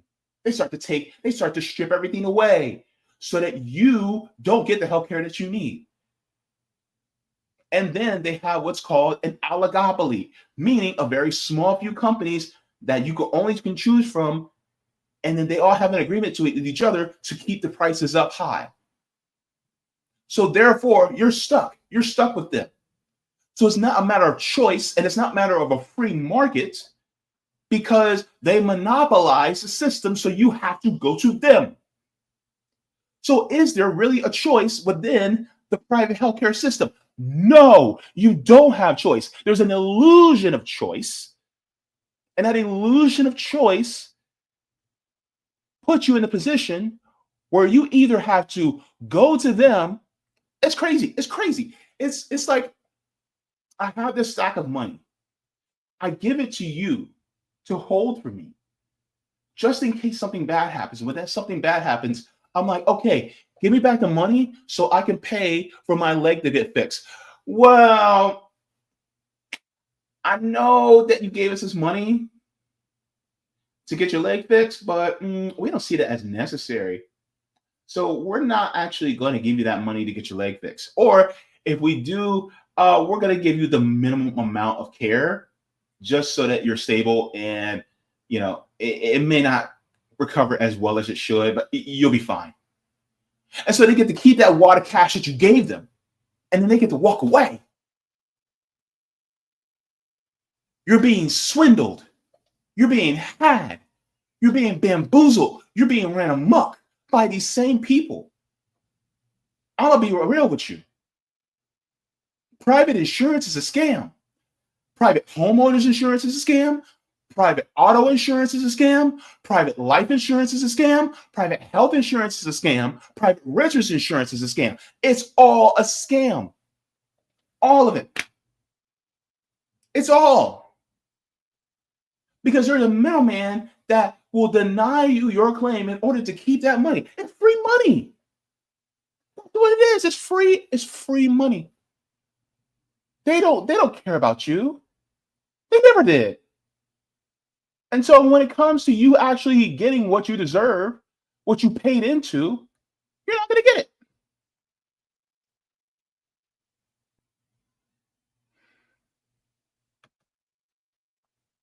And that's what's so horrible.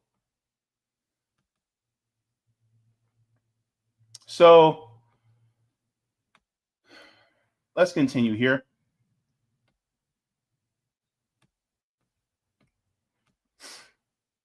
So this is the healthcare finance death spiral in its purest form.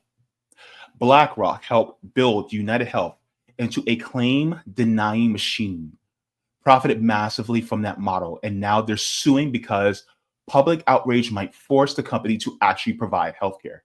They're literally suing for the right to let people die for profit. They are sacrificing you and me on the altar of capitalism.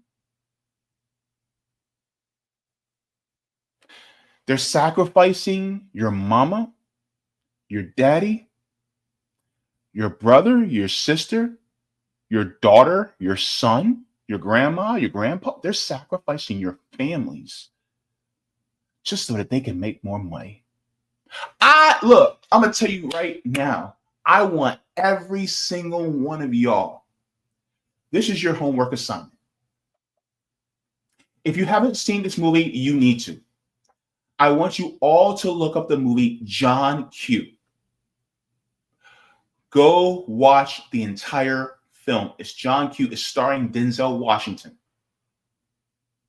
Okay? John Q. I want you guys to watch that movie. Think about allegedly what Luigi Mangione did. And think about the healthcare system that we have. And then once you get to that scene where they start to explain things about like HMOs, about kickbacks to doctors, about pharma, all these different things, when they're sitting in the hospital waiting area and he's holding them hostage, I want you guys to listen intently about that. Because the issue is that this has become such a huge problem that it's now entered the ethos of our cinematic industry, where it actually makes for a powerful, dramatic film.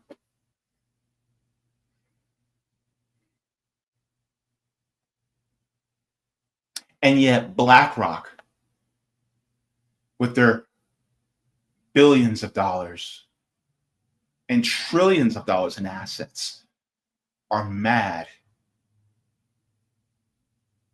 because United Healthcare dare say yes to life. And it's companies like BlackRock, Vanguard, and State Street that own a little piece of everything. It's people like Larry Fink that are trying to make sure the shareholders get as much as they possibly can. So that's what this lawsuit's about, for the shareholders to get as much as they possibly can.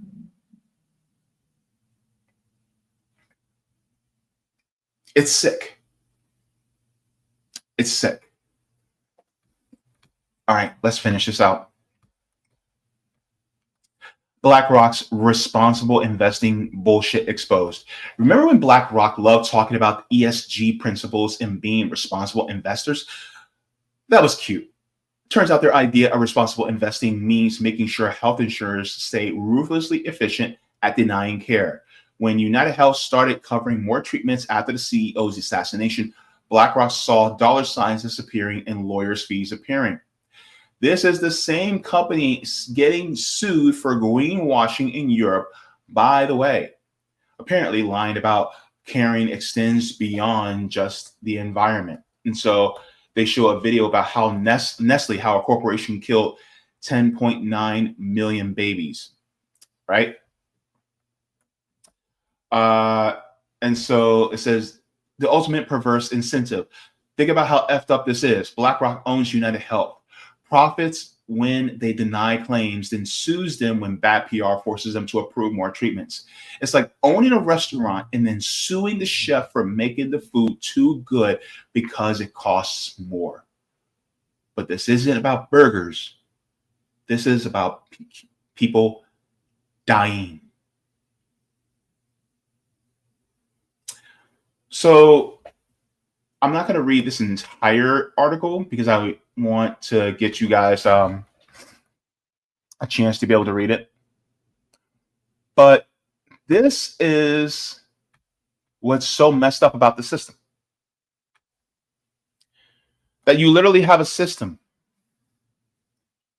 that really doesn't care about you as far as your health.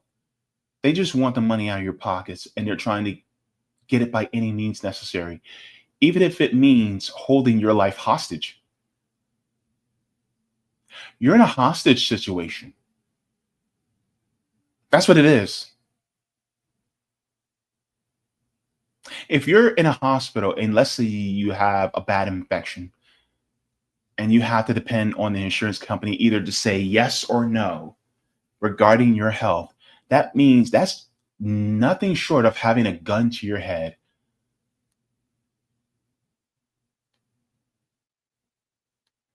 They're holding your body ransom. They're holding your wife's body ransom. They're holding your husband's body ransom. They're holding your mama's body ransom, your children's body ransom, your father's body ransom. That's exactly what they're doing. And the thing is, they don't give a damn whether your family member lives or dies. And so when I talk about actually having a nationalized healthcare system, this is what I'm talking about. Because the problem is that every single time somebody ends up going through this, somebody ends up dying because of these insurance companies. Imagine how many people's lives would have been saved even if we had a single parent, which I think is minimal, but a step in the right direction. Imagine how many people's lives would be saved right now. And when they're talking about not just the people we're talking about the people who are insured. We're not talking about the people who are underinsured, who have insurance, but they can't afford the co-pays and deductibles.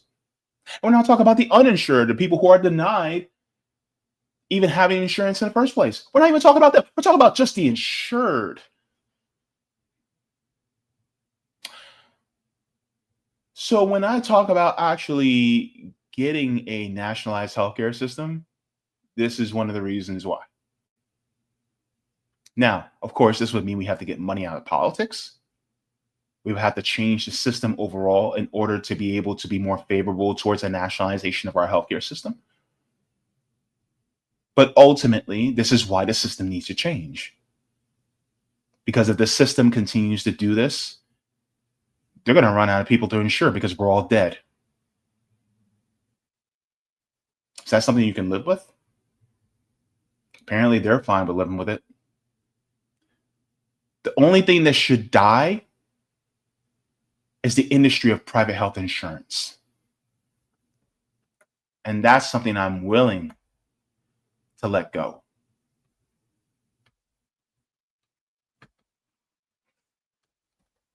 All right, go ahead and give a like to the stream. Thank you very much to everybody for staying for that segment. Appreciate it very much. So we're going to go into the comments, and I know you guys have a lot to say. So let's get to it. All right. So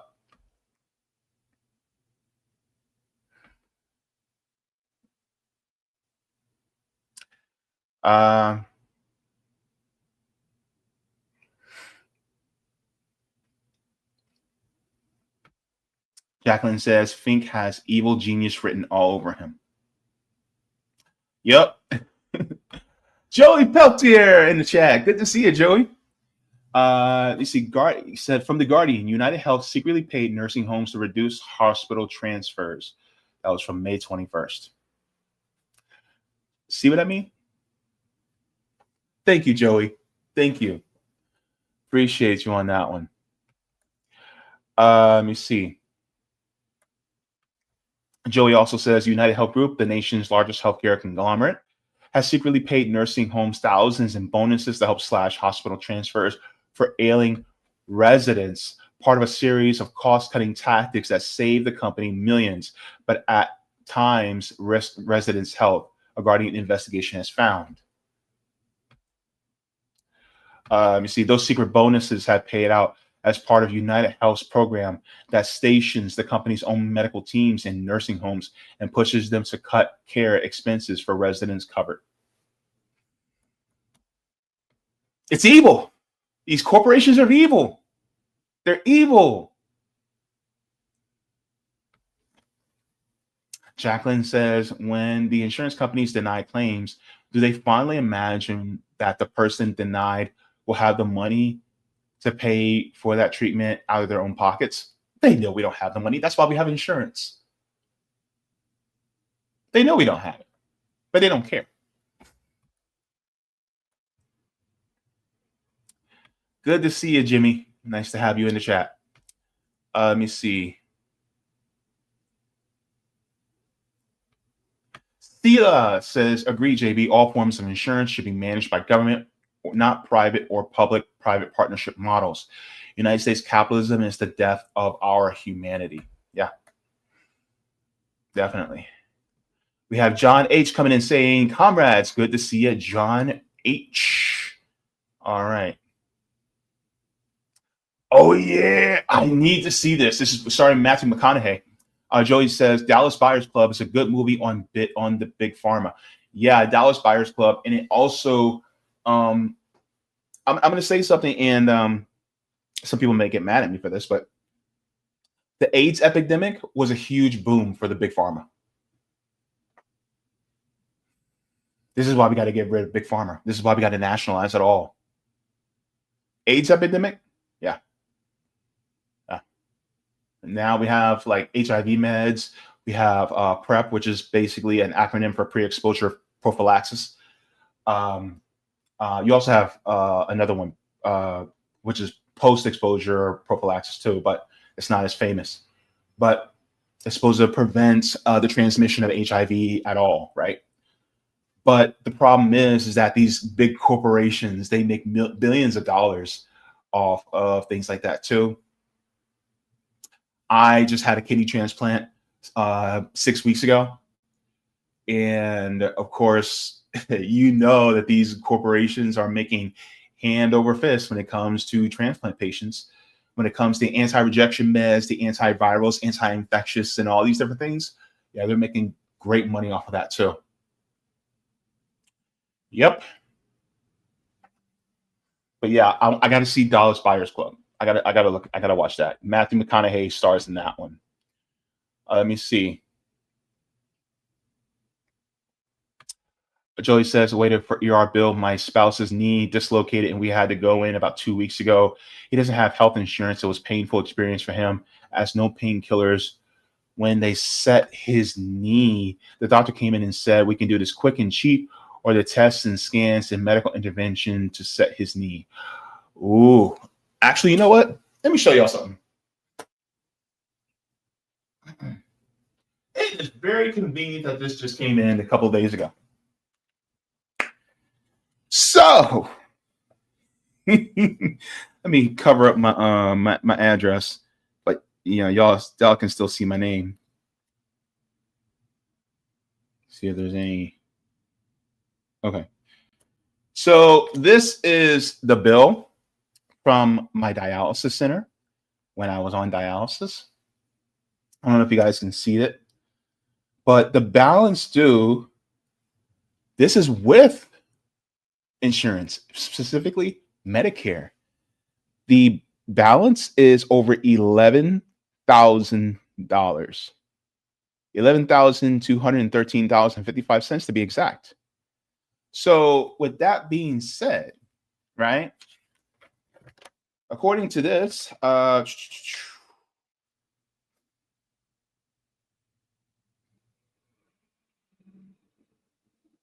so between April 1st to April 29th, charges, so in total, let me show you guys this. So I owe $11,000, but in total from April of 2024 to April of 2025, right? 1 year, it is $125,000 that was paid out. So it's kind of reverse. But it is, I'm sorry, $152,000 $55.44.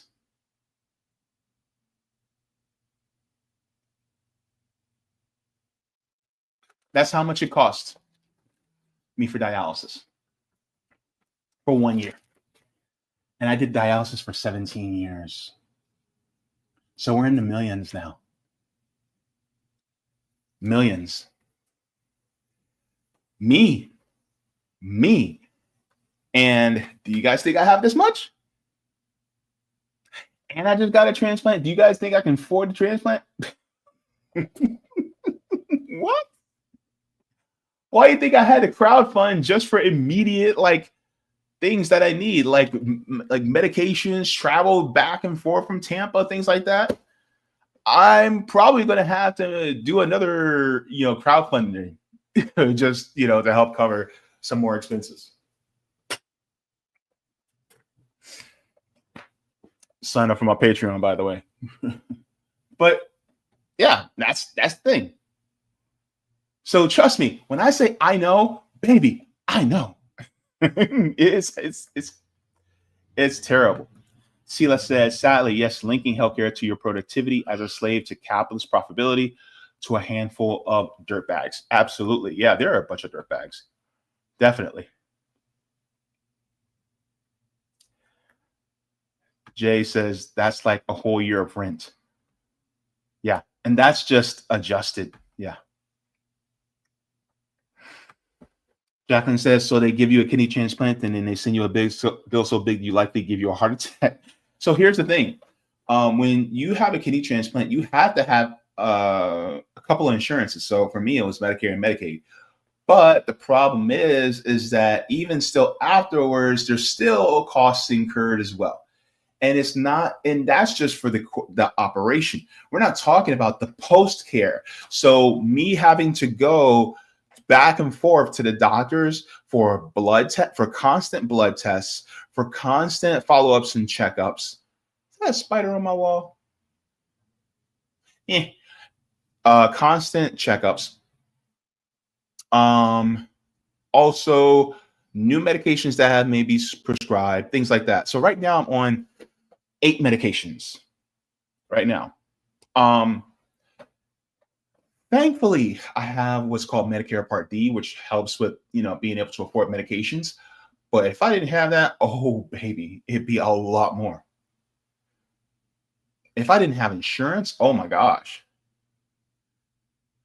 I'd probably be homeless. So that's how bad it is. This is why I say we need a nationalized healthcare system. Nationalize it. Because we can't do anything with it.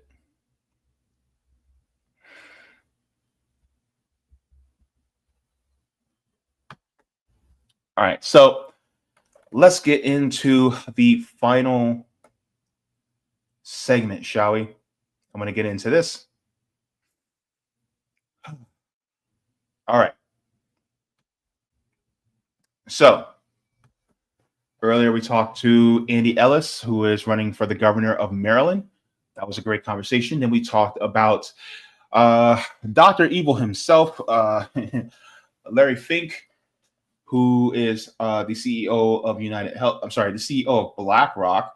That is also a shareholder with United Healthcare, and they're suing United Healthcare because United Healthcare decided out of the blue to give people more healthcare because, well, their CEO of one of their subsidiaries got murked.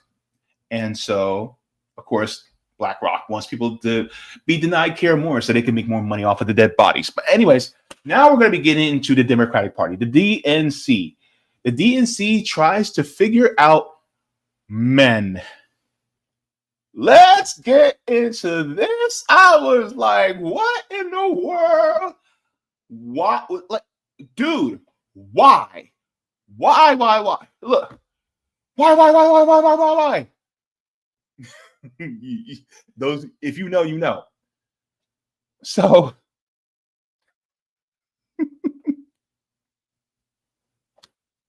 men. I'm one. Some of y'all are one. And some of my loved ones who are part of the Rainbow Crew, some of y'all just became or you've always had it in your mind and heart, but on the outside, you transition. But then, right? Here's the thing. The Democratic Party can't quite figure y'all out. They can't figure us out. What? It's quite hilarious on his face when you think about it. So let's get into this, shall we? Because when I saw this, I said, no. They're not trying to figure us out like that, are they? You guys are y'all gonna laugh. All right, so a friend of mine sent me this. Shout out to you, Mike. You're a real one. This is hilarious. Let's get into this. All right. Says Dems donors lived it up at swanky hotels trying to figure out why the party is losing working class. This is embarrassing. Oh, it's like Yoda said, how embarrassing. How embarrassing. Okay.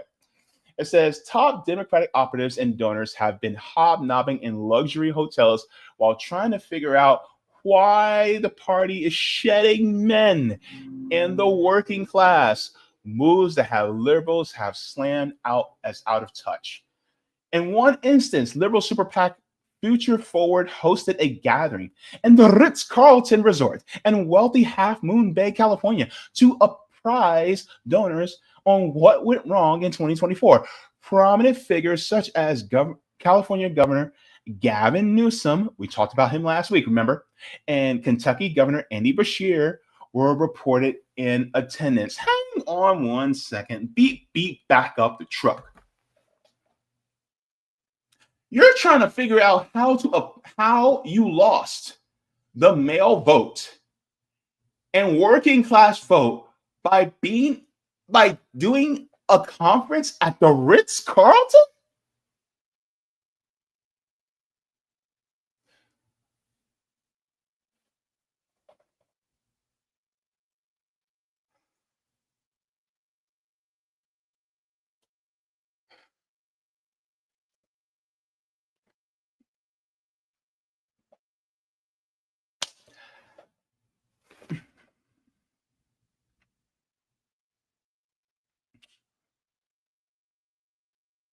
Shall we continue?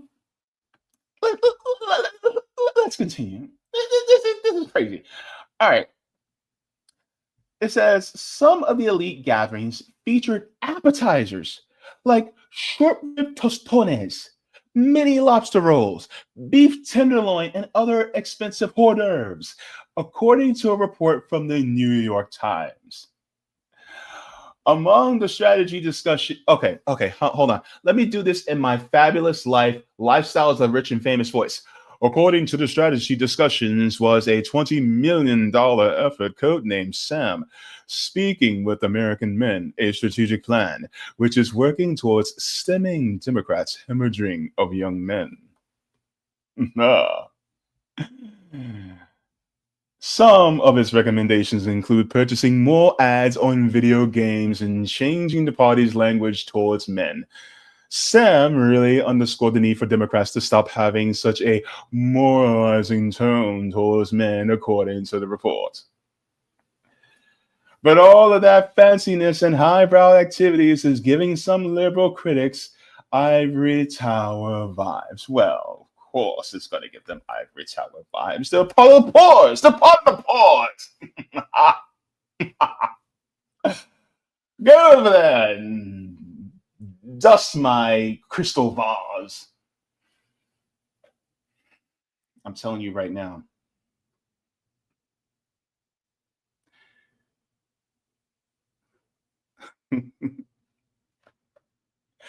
These guys are fucking idiots. They're either really idiotic, they are morons, they're nincompoops, or they're doing this on purpose because they really don't want men to appeal to men and working class people. They're just trying to make it seem like they're doing something. They're the equivalent of sitting in a dirty kitchen, and you want to make yourself look like you're busy, you're wiping. You're wiping the counter, but you're wiping that same spot over and over and over. But you got the rest of the kitchen to clean, and you ain't did nothing. But you're just trying to make yourself look like you're busy, right? If you got time to lean, you got time to clean. But they're just like, oh, okay, yeah. I'm gonna wipe this down. There we go. And then I come back a half an hour later, you're still in that same spot. You done wiped that spot so much that you probably practically disintegrated the stainless steel. Like, what? That's what the Democrats are doing. And they think you and me are too stupid to realize it.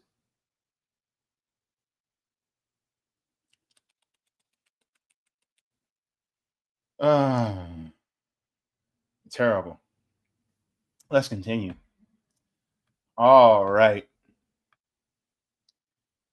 Several key former staffers on the Biden and Harris campaigns publicly tore into party luminaries Sunday over a recent New York Times report detailing some of the large living by Democratic elites. It says, instead of studying working class voters and men, why doesn't the Democratic Party donor class go out and meet some? What the hell is this? That's from James Singer, a former spokesperson for the Biden and Harris campaigns. Here's the crazy part. It's like, if y'all want to understand men, talk to us. Are you listening? Like, you could just talk to us. You could just show up. Are you knocking on our doors? Are you reaching out? Are you going to, we want to know, like, why did you vote for us? Why you didn't like us? What is it about us? But then they will assume and go, oh man, they didn't vote for Kamala Harris because they're sexist. They didn't vote for Kamala Harris because they're racist. Meanwhile, you have some black men that didn't vote for Kamala Harris, but then they'll go, oh, well, they're misogynist. Meanwhile, you got some black women that wouldn't vote for Kamala Harris. And so what are they going to go? What are they going to say?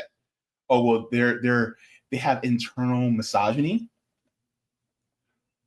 It's the economy, stupid. It's the money, dummy.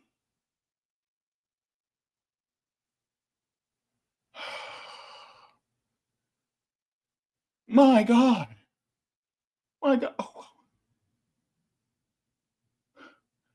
It makes me want to sound like Scar from Lion King. I'm surrounded by idiots.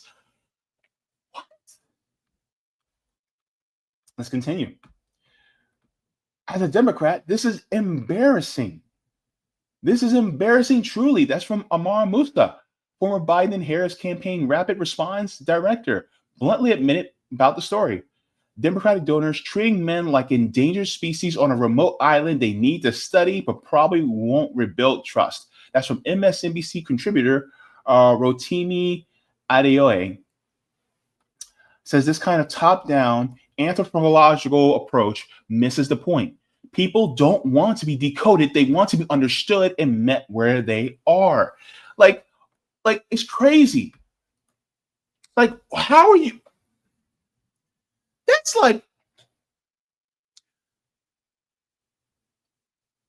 That's like two white liberals having a show about black issues, and they don't bother to have a black person on.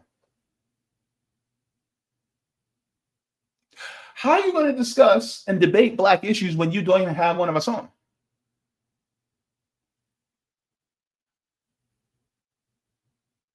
Wouldn't you like to ask us about what we need, what we know, what we want? I mean, if you ask us, that means you really want to know. If you don't ask us, that means that you don't care about what we think. So why are you concerned with how we're voting if you don't give a damn about what we think? And we men, we come in many very different stripes.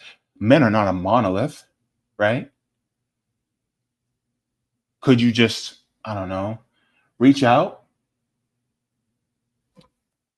ask us what are some of our most pressing issues, especially economically, and then curtail your policies and adapt your policies in order to fit that so that you can actually govern from that and make it so that we actually vote for you?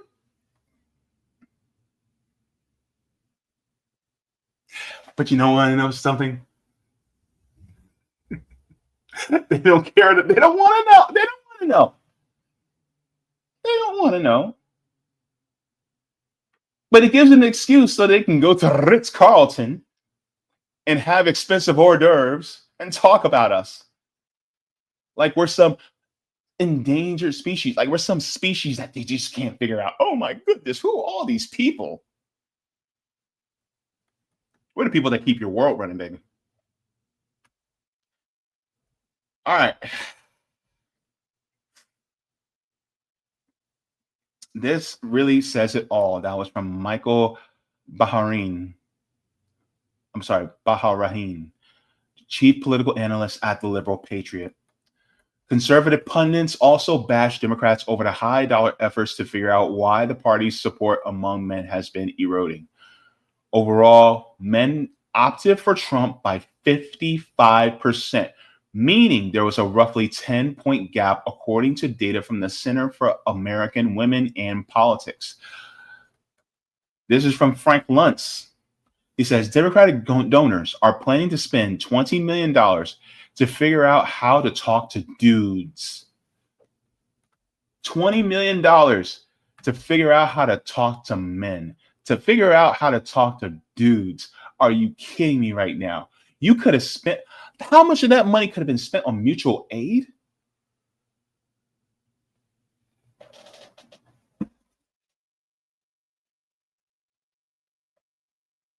That's when you realize it was never about you. That was when you realized they never actually cared.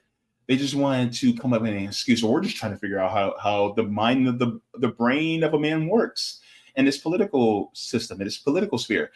And instead of asking us, they spend $20 million on hors d'oeuvres and at the Ritz Carlton. And then guess what? Nothing happens for us. Oh, shocker.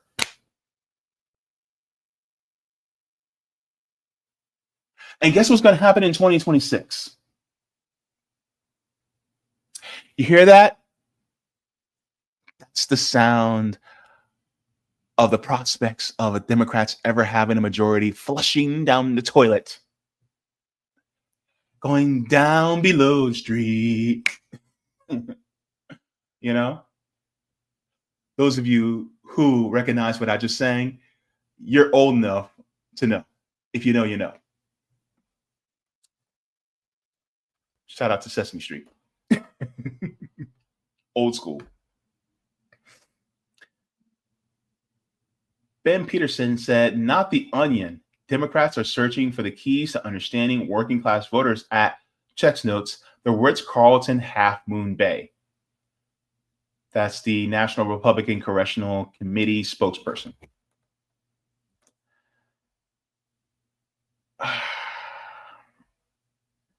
It's crazy. $20 million. $20 million. It is crazy.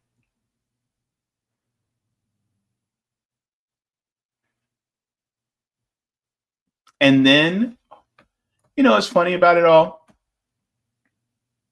Obama's a part of this too, because Obama was one of the ones who chastised men for not voting for Kamala Harris, for not giving her attention, when Kamala Harris wasn't talking about doing a damn thing for us. Now, I am one of those men that do definitely believe that women should have a right to choose what happens over their own bodies, because I want a right to choose what happens over my own body. So of course I'm going to, side with women on that. But my thing is like, you made that one of the only points. You made that one of the only points to talk about, right? When in reality, it's like, okay, but what about our ability to be able to afford groceries? What about our ability to be able to afford food? What about our ability to be able to put our kids through school? What about our rent prices and our mortgages? What about our pay? Right? What about the minimum wage, a thriving wage? What about these things? What about what's going on? You guys are approving billions and billions of dollars to going into Ukraine and going towards the genocidal Holocaust-ridden state of Israel, and you guys are still trying to figure out how to appeal to men? We're not that complex. Just ask us the damn questions. And then take what we say and take it to heart and implement the policies. Damn it. What in the world's wrong with y'all? But this is what happens when they're more focused on just making money and getting you to donate to their Act Blue. And make no mistake, Republicans don't care about men either. Oh, don't you think that for 1 second I think the Republicans care about men? Because they don't care about us either. Because here's the thing. They're not doing anything to curtail the massive amounts of self-harm that men disproportionately do to themselves every single year. They're not trying to give us universal health care in order to give us universal mental health services so that all the men who are going through the crisis of wanting to harm themselves are being able to afford mental health. They're not doing that. They're not giving us health care so that we can be able to live longer. They're not giving us housing for all so that we men don't have to work 50, 60, 70 hours a week without ever having to see our kids. We just basically become dudes that work all the time and don't have any time to spend with our families. And then next thing you know, our kids barely know who we are by the time they graduate.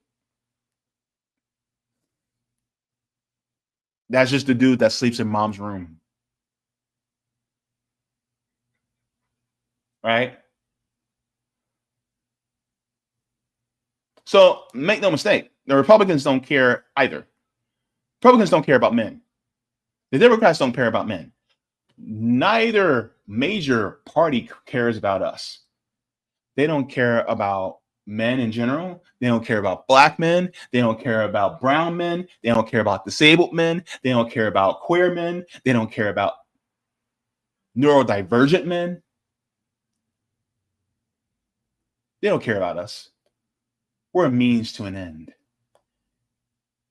Even if you're a white dude, they don't care about you. They don't. Meanwhile, while you're struggling to make ends meet, they expect you to vote for either one of them. They're going to use you so that you end up supporting them and donating your money and your time to them and being part of that divide that keeps the working class divided.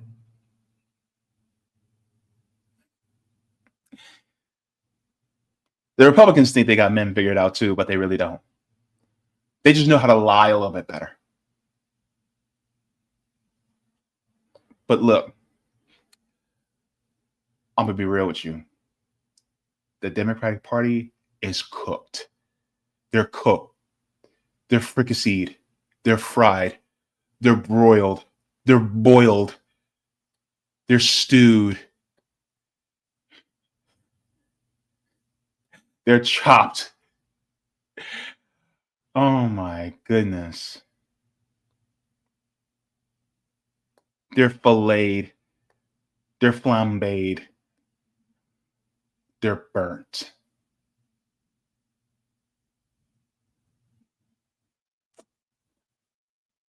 Like overcooked meatballs. Meatballs, they were wind up being burnt. So look, here's the thing. This is why we talk about walking away from both parties, because both parties don't give a damn about us. We have more power and solidarity with each other than we do with depending on these corporations. And so, yeah, I think it would be best to start focusing mostly on mutual aid, because if they're willing to spend $20 million on hors d'oeuvres and on TV ads and video games, I think that we can do better by actually helping out one another instead of doing what the Democratic Party or donating to them so that they can just give money to the Ritz Carlton. Who gives a damn about that? Instead, keep your money and use it to help out your neighbors, because that's the best way to uplift men. Gosh, Democratic Party. I like the next election. They're never gonna get it, never gonna get it, never gonna get it, never gonna get it, never gonna get it, never gonna get it, never gonna get it, never get it. Go ahead and like the stream. That story was crazy. Let's get into the comments in the chat. Whoa, whoa, whoa, whoa, never gonna get it, never gonna get it, never gonna get it. What in the hell did I put in that tea? I don't know. Anyway, I'm having a good day. Anyway, y'all can tell, can't you? All right.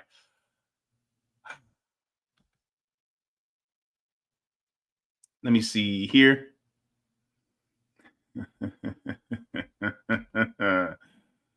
Let me see. Kate Mack says, "Oh my God, the idea of the Ritz is slapping a piece of cheese on a Ritz Carlton." I almost said Ritz Carlton or Ritz cracker. Oh my goodness. All right. Joey Peltier says, "White women voted for Trump in greater numbers than before." That's another point. Joey Peltier said non-white women are the base voter for the Democrats. Of course.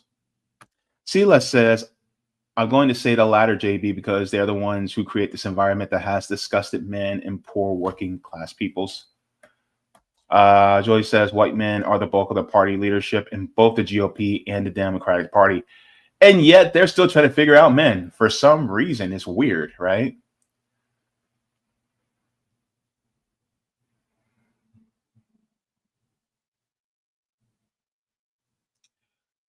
Jay says, "You just summarized post-civil rights politics." Yeah. Joey Peltier says, "Damage control for blaming Black, Indigenous, Chicano men right after the election." Jacqueline says that the DNC elites had their way. Working class men will probably be endangered species or enslaved. Michael Pan says, "Also, the money could have been used for reparations for American freedmen of chattel slavery." Boom.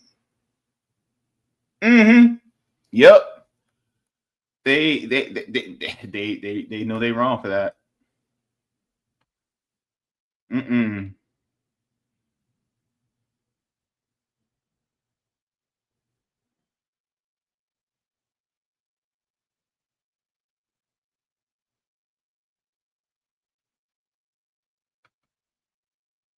All right, let me see.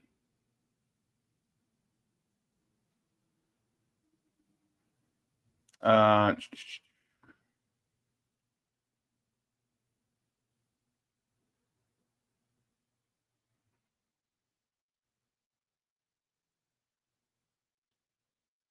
right, so I'm not gonna be able to read all of it, Roger, due to the sake of time. But I will read this part here. In regards to this, let me see. All right, so Roger says, "Yeah, the Democrats just said men, but did they even say Black men? On top of that, look at what they did. They said that you can't get this welfare check to women or WIC or whatever. It is as if we come by and there is a man living there. Yet the same requirement was not put on communities in rural areas like farmers, which were mostly white. So their families were encouraged to stay together. But as usual, and it's always the Democrats doing this, but our families were broken up. This is why Black women couldn't understand what was up with Black men not wanting to vote Democrats, but now they're coming around." Yeah, and the thing is like that's a whole another thing, right? A lot of people don't know this, but if you're getting things like WIC, or if you're getting things like welfare, things like that, if there's a man living in your house, let's say you're in dire straits economically and you get WIC or you get welfare. If there's a man living in your house, they deny you. Even though you need it, they'll deny you. I remember one time I was trying to apply for some type of assistance. I remember, right? This was years ago. And I had started dialysis already, and I needed assistance. I don't know if it was cash assistance or something. And so as I was talking, they go, okay, so how many children do you have? And I was like, I don't have any kids. They're like, you don't have any kids? And are you married? Do you have a wife? I'm like, no, I don't. I'm single. It's like, well, unless you have kids, then we can't help you. Here I am, a disabled man living in the United States, trying to get some cash assistance because, hell, I can't pay my rent. And because I don't have kids, or because I'm not a female with kids, they won't help me. So when it comes to helping out men,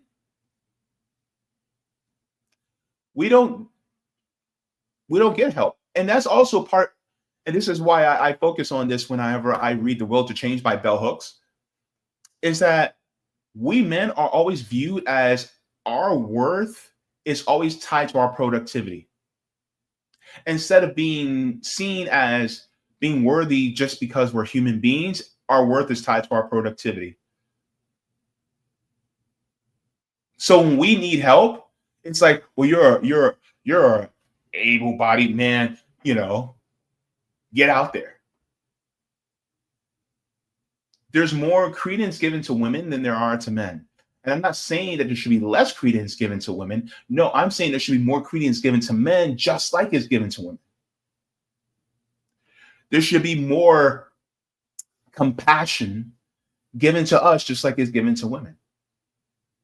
Now, of course, it's not, because our values tied to our productivity. And this is perpetuated by other men. It's one of the biggest problems, because one of our biggest obstacles is other dudes. Who runs the Democratic Party? Mostly men, mostly white men, but mostly men. Who runs the Republican parties? Mostly men.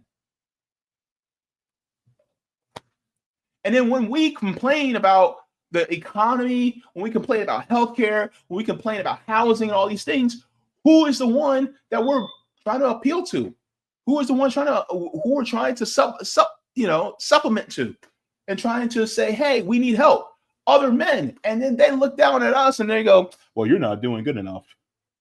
Look at me. I was able to pull myself up by my bootstraps, which is complete utter bullshit, because you can't do that. But to them, they did.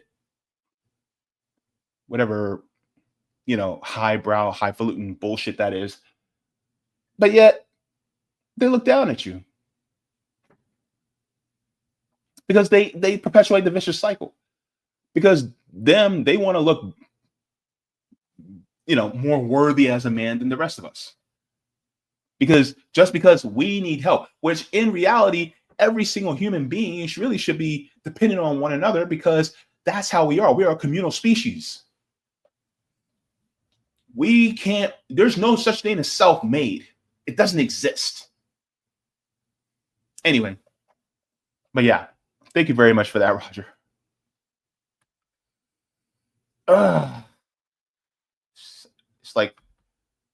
It's crazy. Georgia on Kick says, hello, good to see you as well. All right, we got people on Kick watching. Joey says we need a series of general strikes from 2028 to 2032 with month-to-month economic shutdowns, leveraging and negotiating coalition terms federally and locally. I agree with that.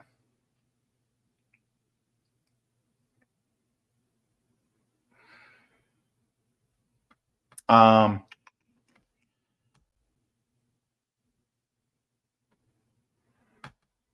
right, so let's continue on.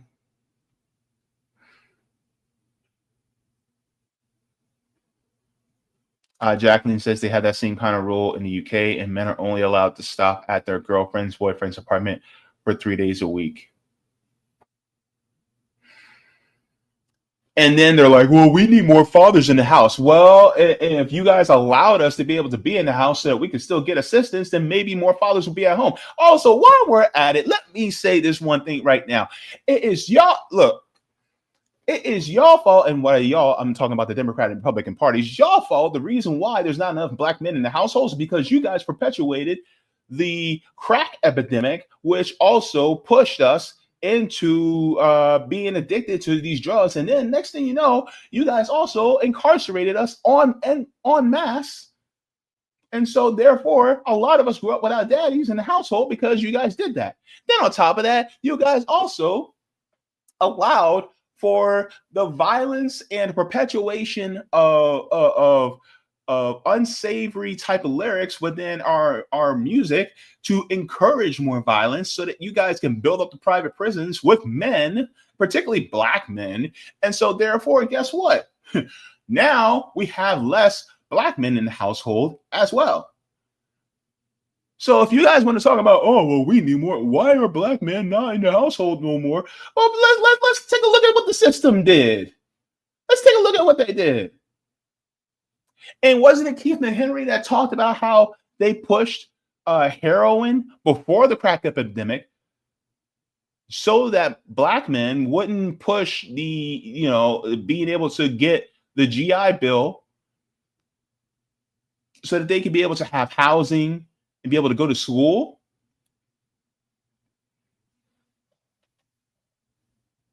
So therefore, it started a trend.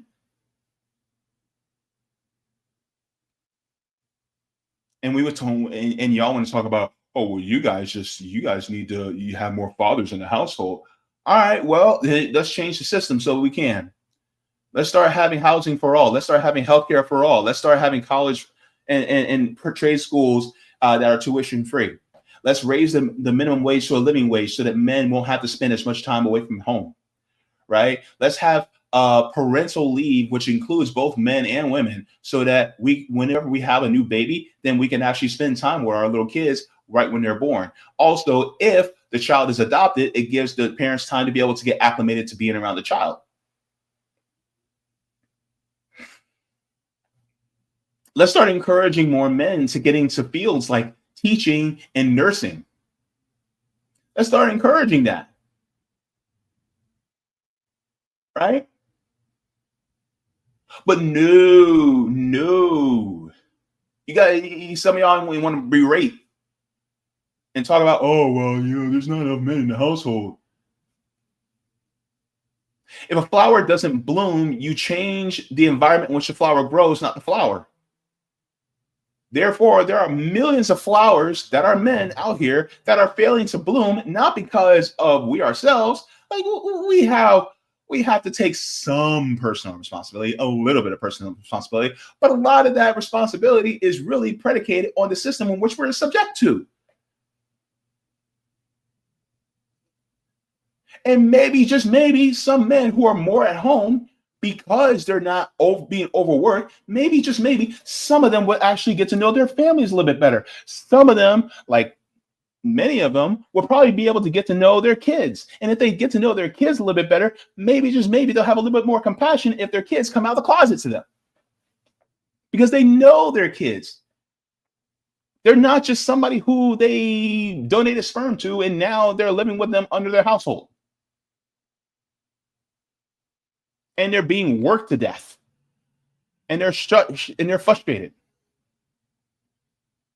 Like, my goodness. Like, if you care about men, care about men.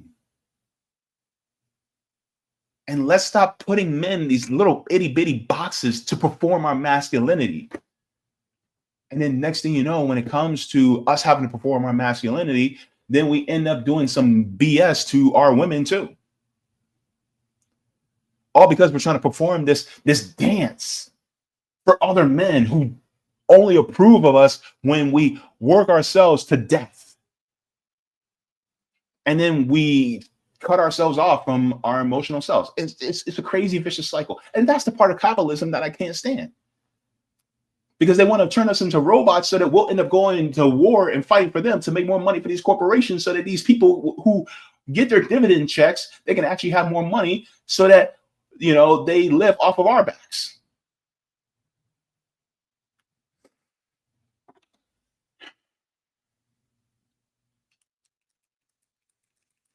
I need to go because I'm getting my blood pressure up.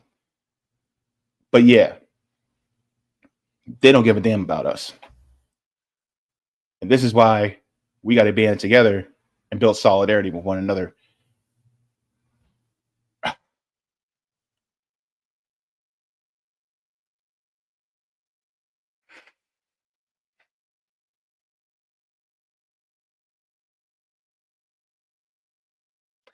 We just got to be more humane to humans.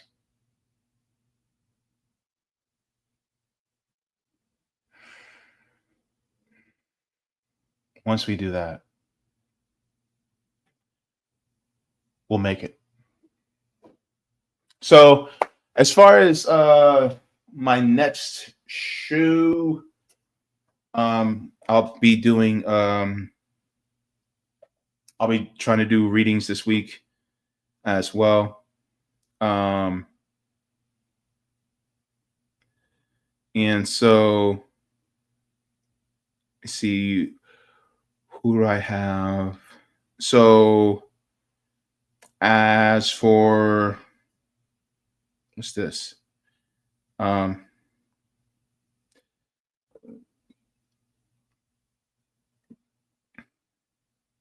So as for my next guest, I'll have 2 shows next week. So my next guest next week will be Joey Peltier. So he's also in the chat. So we're going to be having a discussion on some news stories. So Joey Peltier will be joining me, and I have a special guest joining me the next day on Wednesday, the 4th. So it is going to be a great show. It's going to be very nice. So I cannot wait. So with that being said, I'm going to head on out. Look, it has been a good show. Thank you to Andy Ellis for joining. And I hope you guys, if you're living in Maryland, you guys give him some heavy consideration. If you guys do not live in Maryland, but you know some peeps who may live in Maryland, go ahead and share the stream. And I will have the clip out tomorrow morning at 9 a.m. so you guys can share that as well. So thank you very much for that. Also, just to let you guys know, if you guys would like to, I'm also on Kick. So if you guys would like to, you guys can also follow me there. It is a great time over there. So you guys can follow me there and watch from there if you guys would like to. I'm trying to grow that following over there. So there is the link. And everybody, all y'all, look, water your plants, water yourselves, leave the world better than you found it. Oh, I was going to end with this. I'm going to end with this video because I think this is a really good one. We're going to do a close with a video that I think is really good.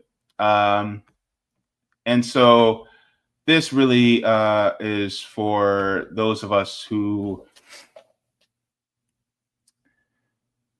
are in the Black community, who we had our Blackness questioned from time to time. I think it's important for us to take this into consideration. This gentleman actually says some things that are very cathartic. So I'm going to end the stream on that. But yes, good to see all of you here. Look, leave the world better than you found it.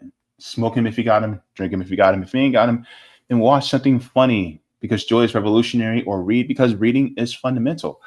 I love you guys for watching so much. Thank you very much to everybody for being here. And also, forehead kisses. I will see you guys in the next one. You guys take care, and y'all Have a wonderful, wonderful day. Bye-bye. Who gets to be black? It's a good question, and I got an answer for it. Every damn one of us. The loud ones, the quiet ones, the colder ones, the country ones, the soft boys, the angry girls, the ones who left, the ones who stayed. If the womb knew our name, then so does freedom. The question was never ours. Who gets to be black is a colonizer question. It's a plantation question. It's a trauma math question designed to keep us splitting while they keep taking. Here's the real question. Who told us we had to earn our own reflection? Because if survival had a rhythm, blackness was the drum, and if joy had a shape, blackness was the curve of the smile we weren't supposed to keep. Blackness is not a performance. That's what I'm trying to get by. That's what I'm trying to get by. It's not a performance. You can't determine a certain type of etiquette to it. It's a blood memory. Blackness is not a tone, not a dialect, not a geography. It's not trauma tallies. Blackness is a frequency, and if you vibrate on it, then you don't need permission to be whole. See, here's the thing. The one who doesn't know all the names, still black. The one who grew up in Montana, raised by white folks, but still cried the first time they heard gospel, still black. The one who got called white for reading too much, still black. The black trans girl in a silk bonnet walking through Alabama right now, still black. See, here's the thing. If your skin caught the heat but never the language, if your soul remembered the drum no one gave you, if your ache has a rhythm only we know, you're in. See, here's the thing. Because black is not a club, it's a choir. We've been singing together this whole time. We know who's in the club and who's not. We know also how sometimes people need to learn a song to fit in over here. It happens, right? So this is one of the things. This is one of the things I want y'all to keep on. Some of us came in singing harmony. Others walked in with their heads down, unsure if even they deserved to hum. But the song still reached them, and that's enough. Inclusion is not mercy. That's one thing I'm just trying to get by. It's not mercy, it's memory. It's the collective body saying we remember you, even if the world try to unname you. So here's the thing the case is this. If they tried to sell you, erase you, shape you, shame you, and you're still here, then the story's yours. Right? Not because you passed some tests. I just want y'all to know that we passed that because the test was surviving long enough to name yourself again. Blackness is not just the history, it's an inheritance. It's not just the skin, it's a spirit. It's not just a struggle, it's a spark. And everyone whose soul caught fire has the right to claim that warmth. So who gets to be black? The cracked, the whole, and the in-between. The one still searching, the one who stopped looking and came back, the one who thought they weren't enough, the one who never doubted it once. All of us, every shade, every cadence, every contradiction, because blackness isn't a boundary, it was a blessing. It was a blessing. We didn't get to be this Afro-American culture. We got to be chattel. This is a blessing, right? The cultural strength that we built. What we built, right? Like that is just true. It never needed gatekeepers. We needed witnesses. So I say all this to say this. If you came here looking for your prescriptive answer to this question, it's not going to get answered. But if you know that that the spirit that I'm speaking to, then you'll exactly know whether or not you fell in line. Thank you so very much for watching my channel, and I deeply appreciate it from the top and bottom of my heart. If you wish to support the channel further, so I can keep bringing you content that is educational and informative, you can become a patron on patreon.com/Jaybefaunt. You can find that link in the pinned comment or in the description below. No matter what you give, you'll be supporting independent media and education that helps make the world better. Thank you so much, and you can watch more of my content here. Mwah. Forehead kisses, and have a beautiful day.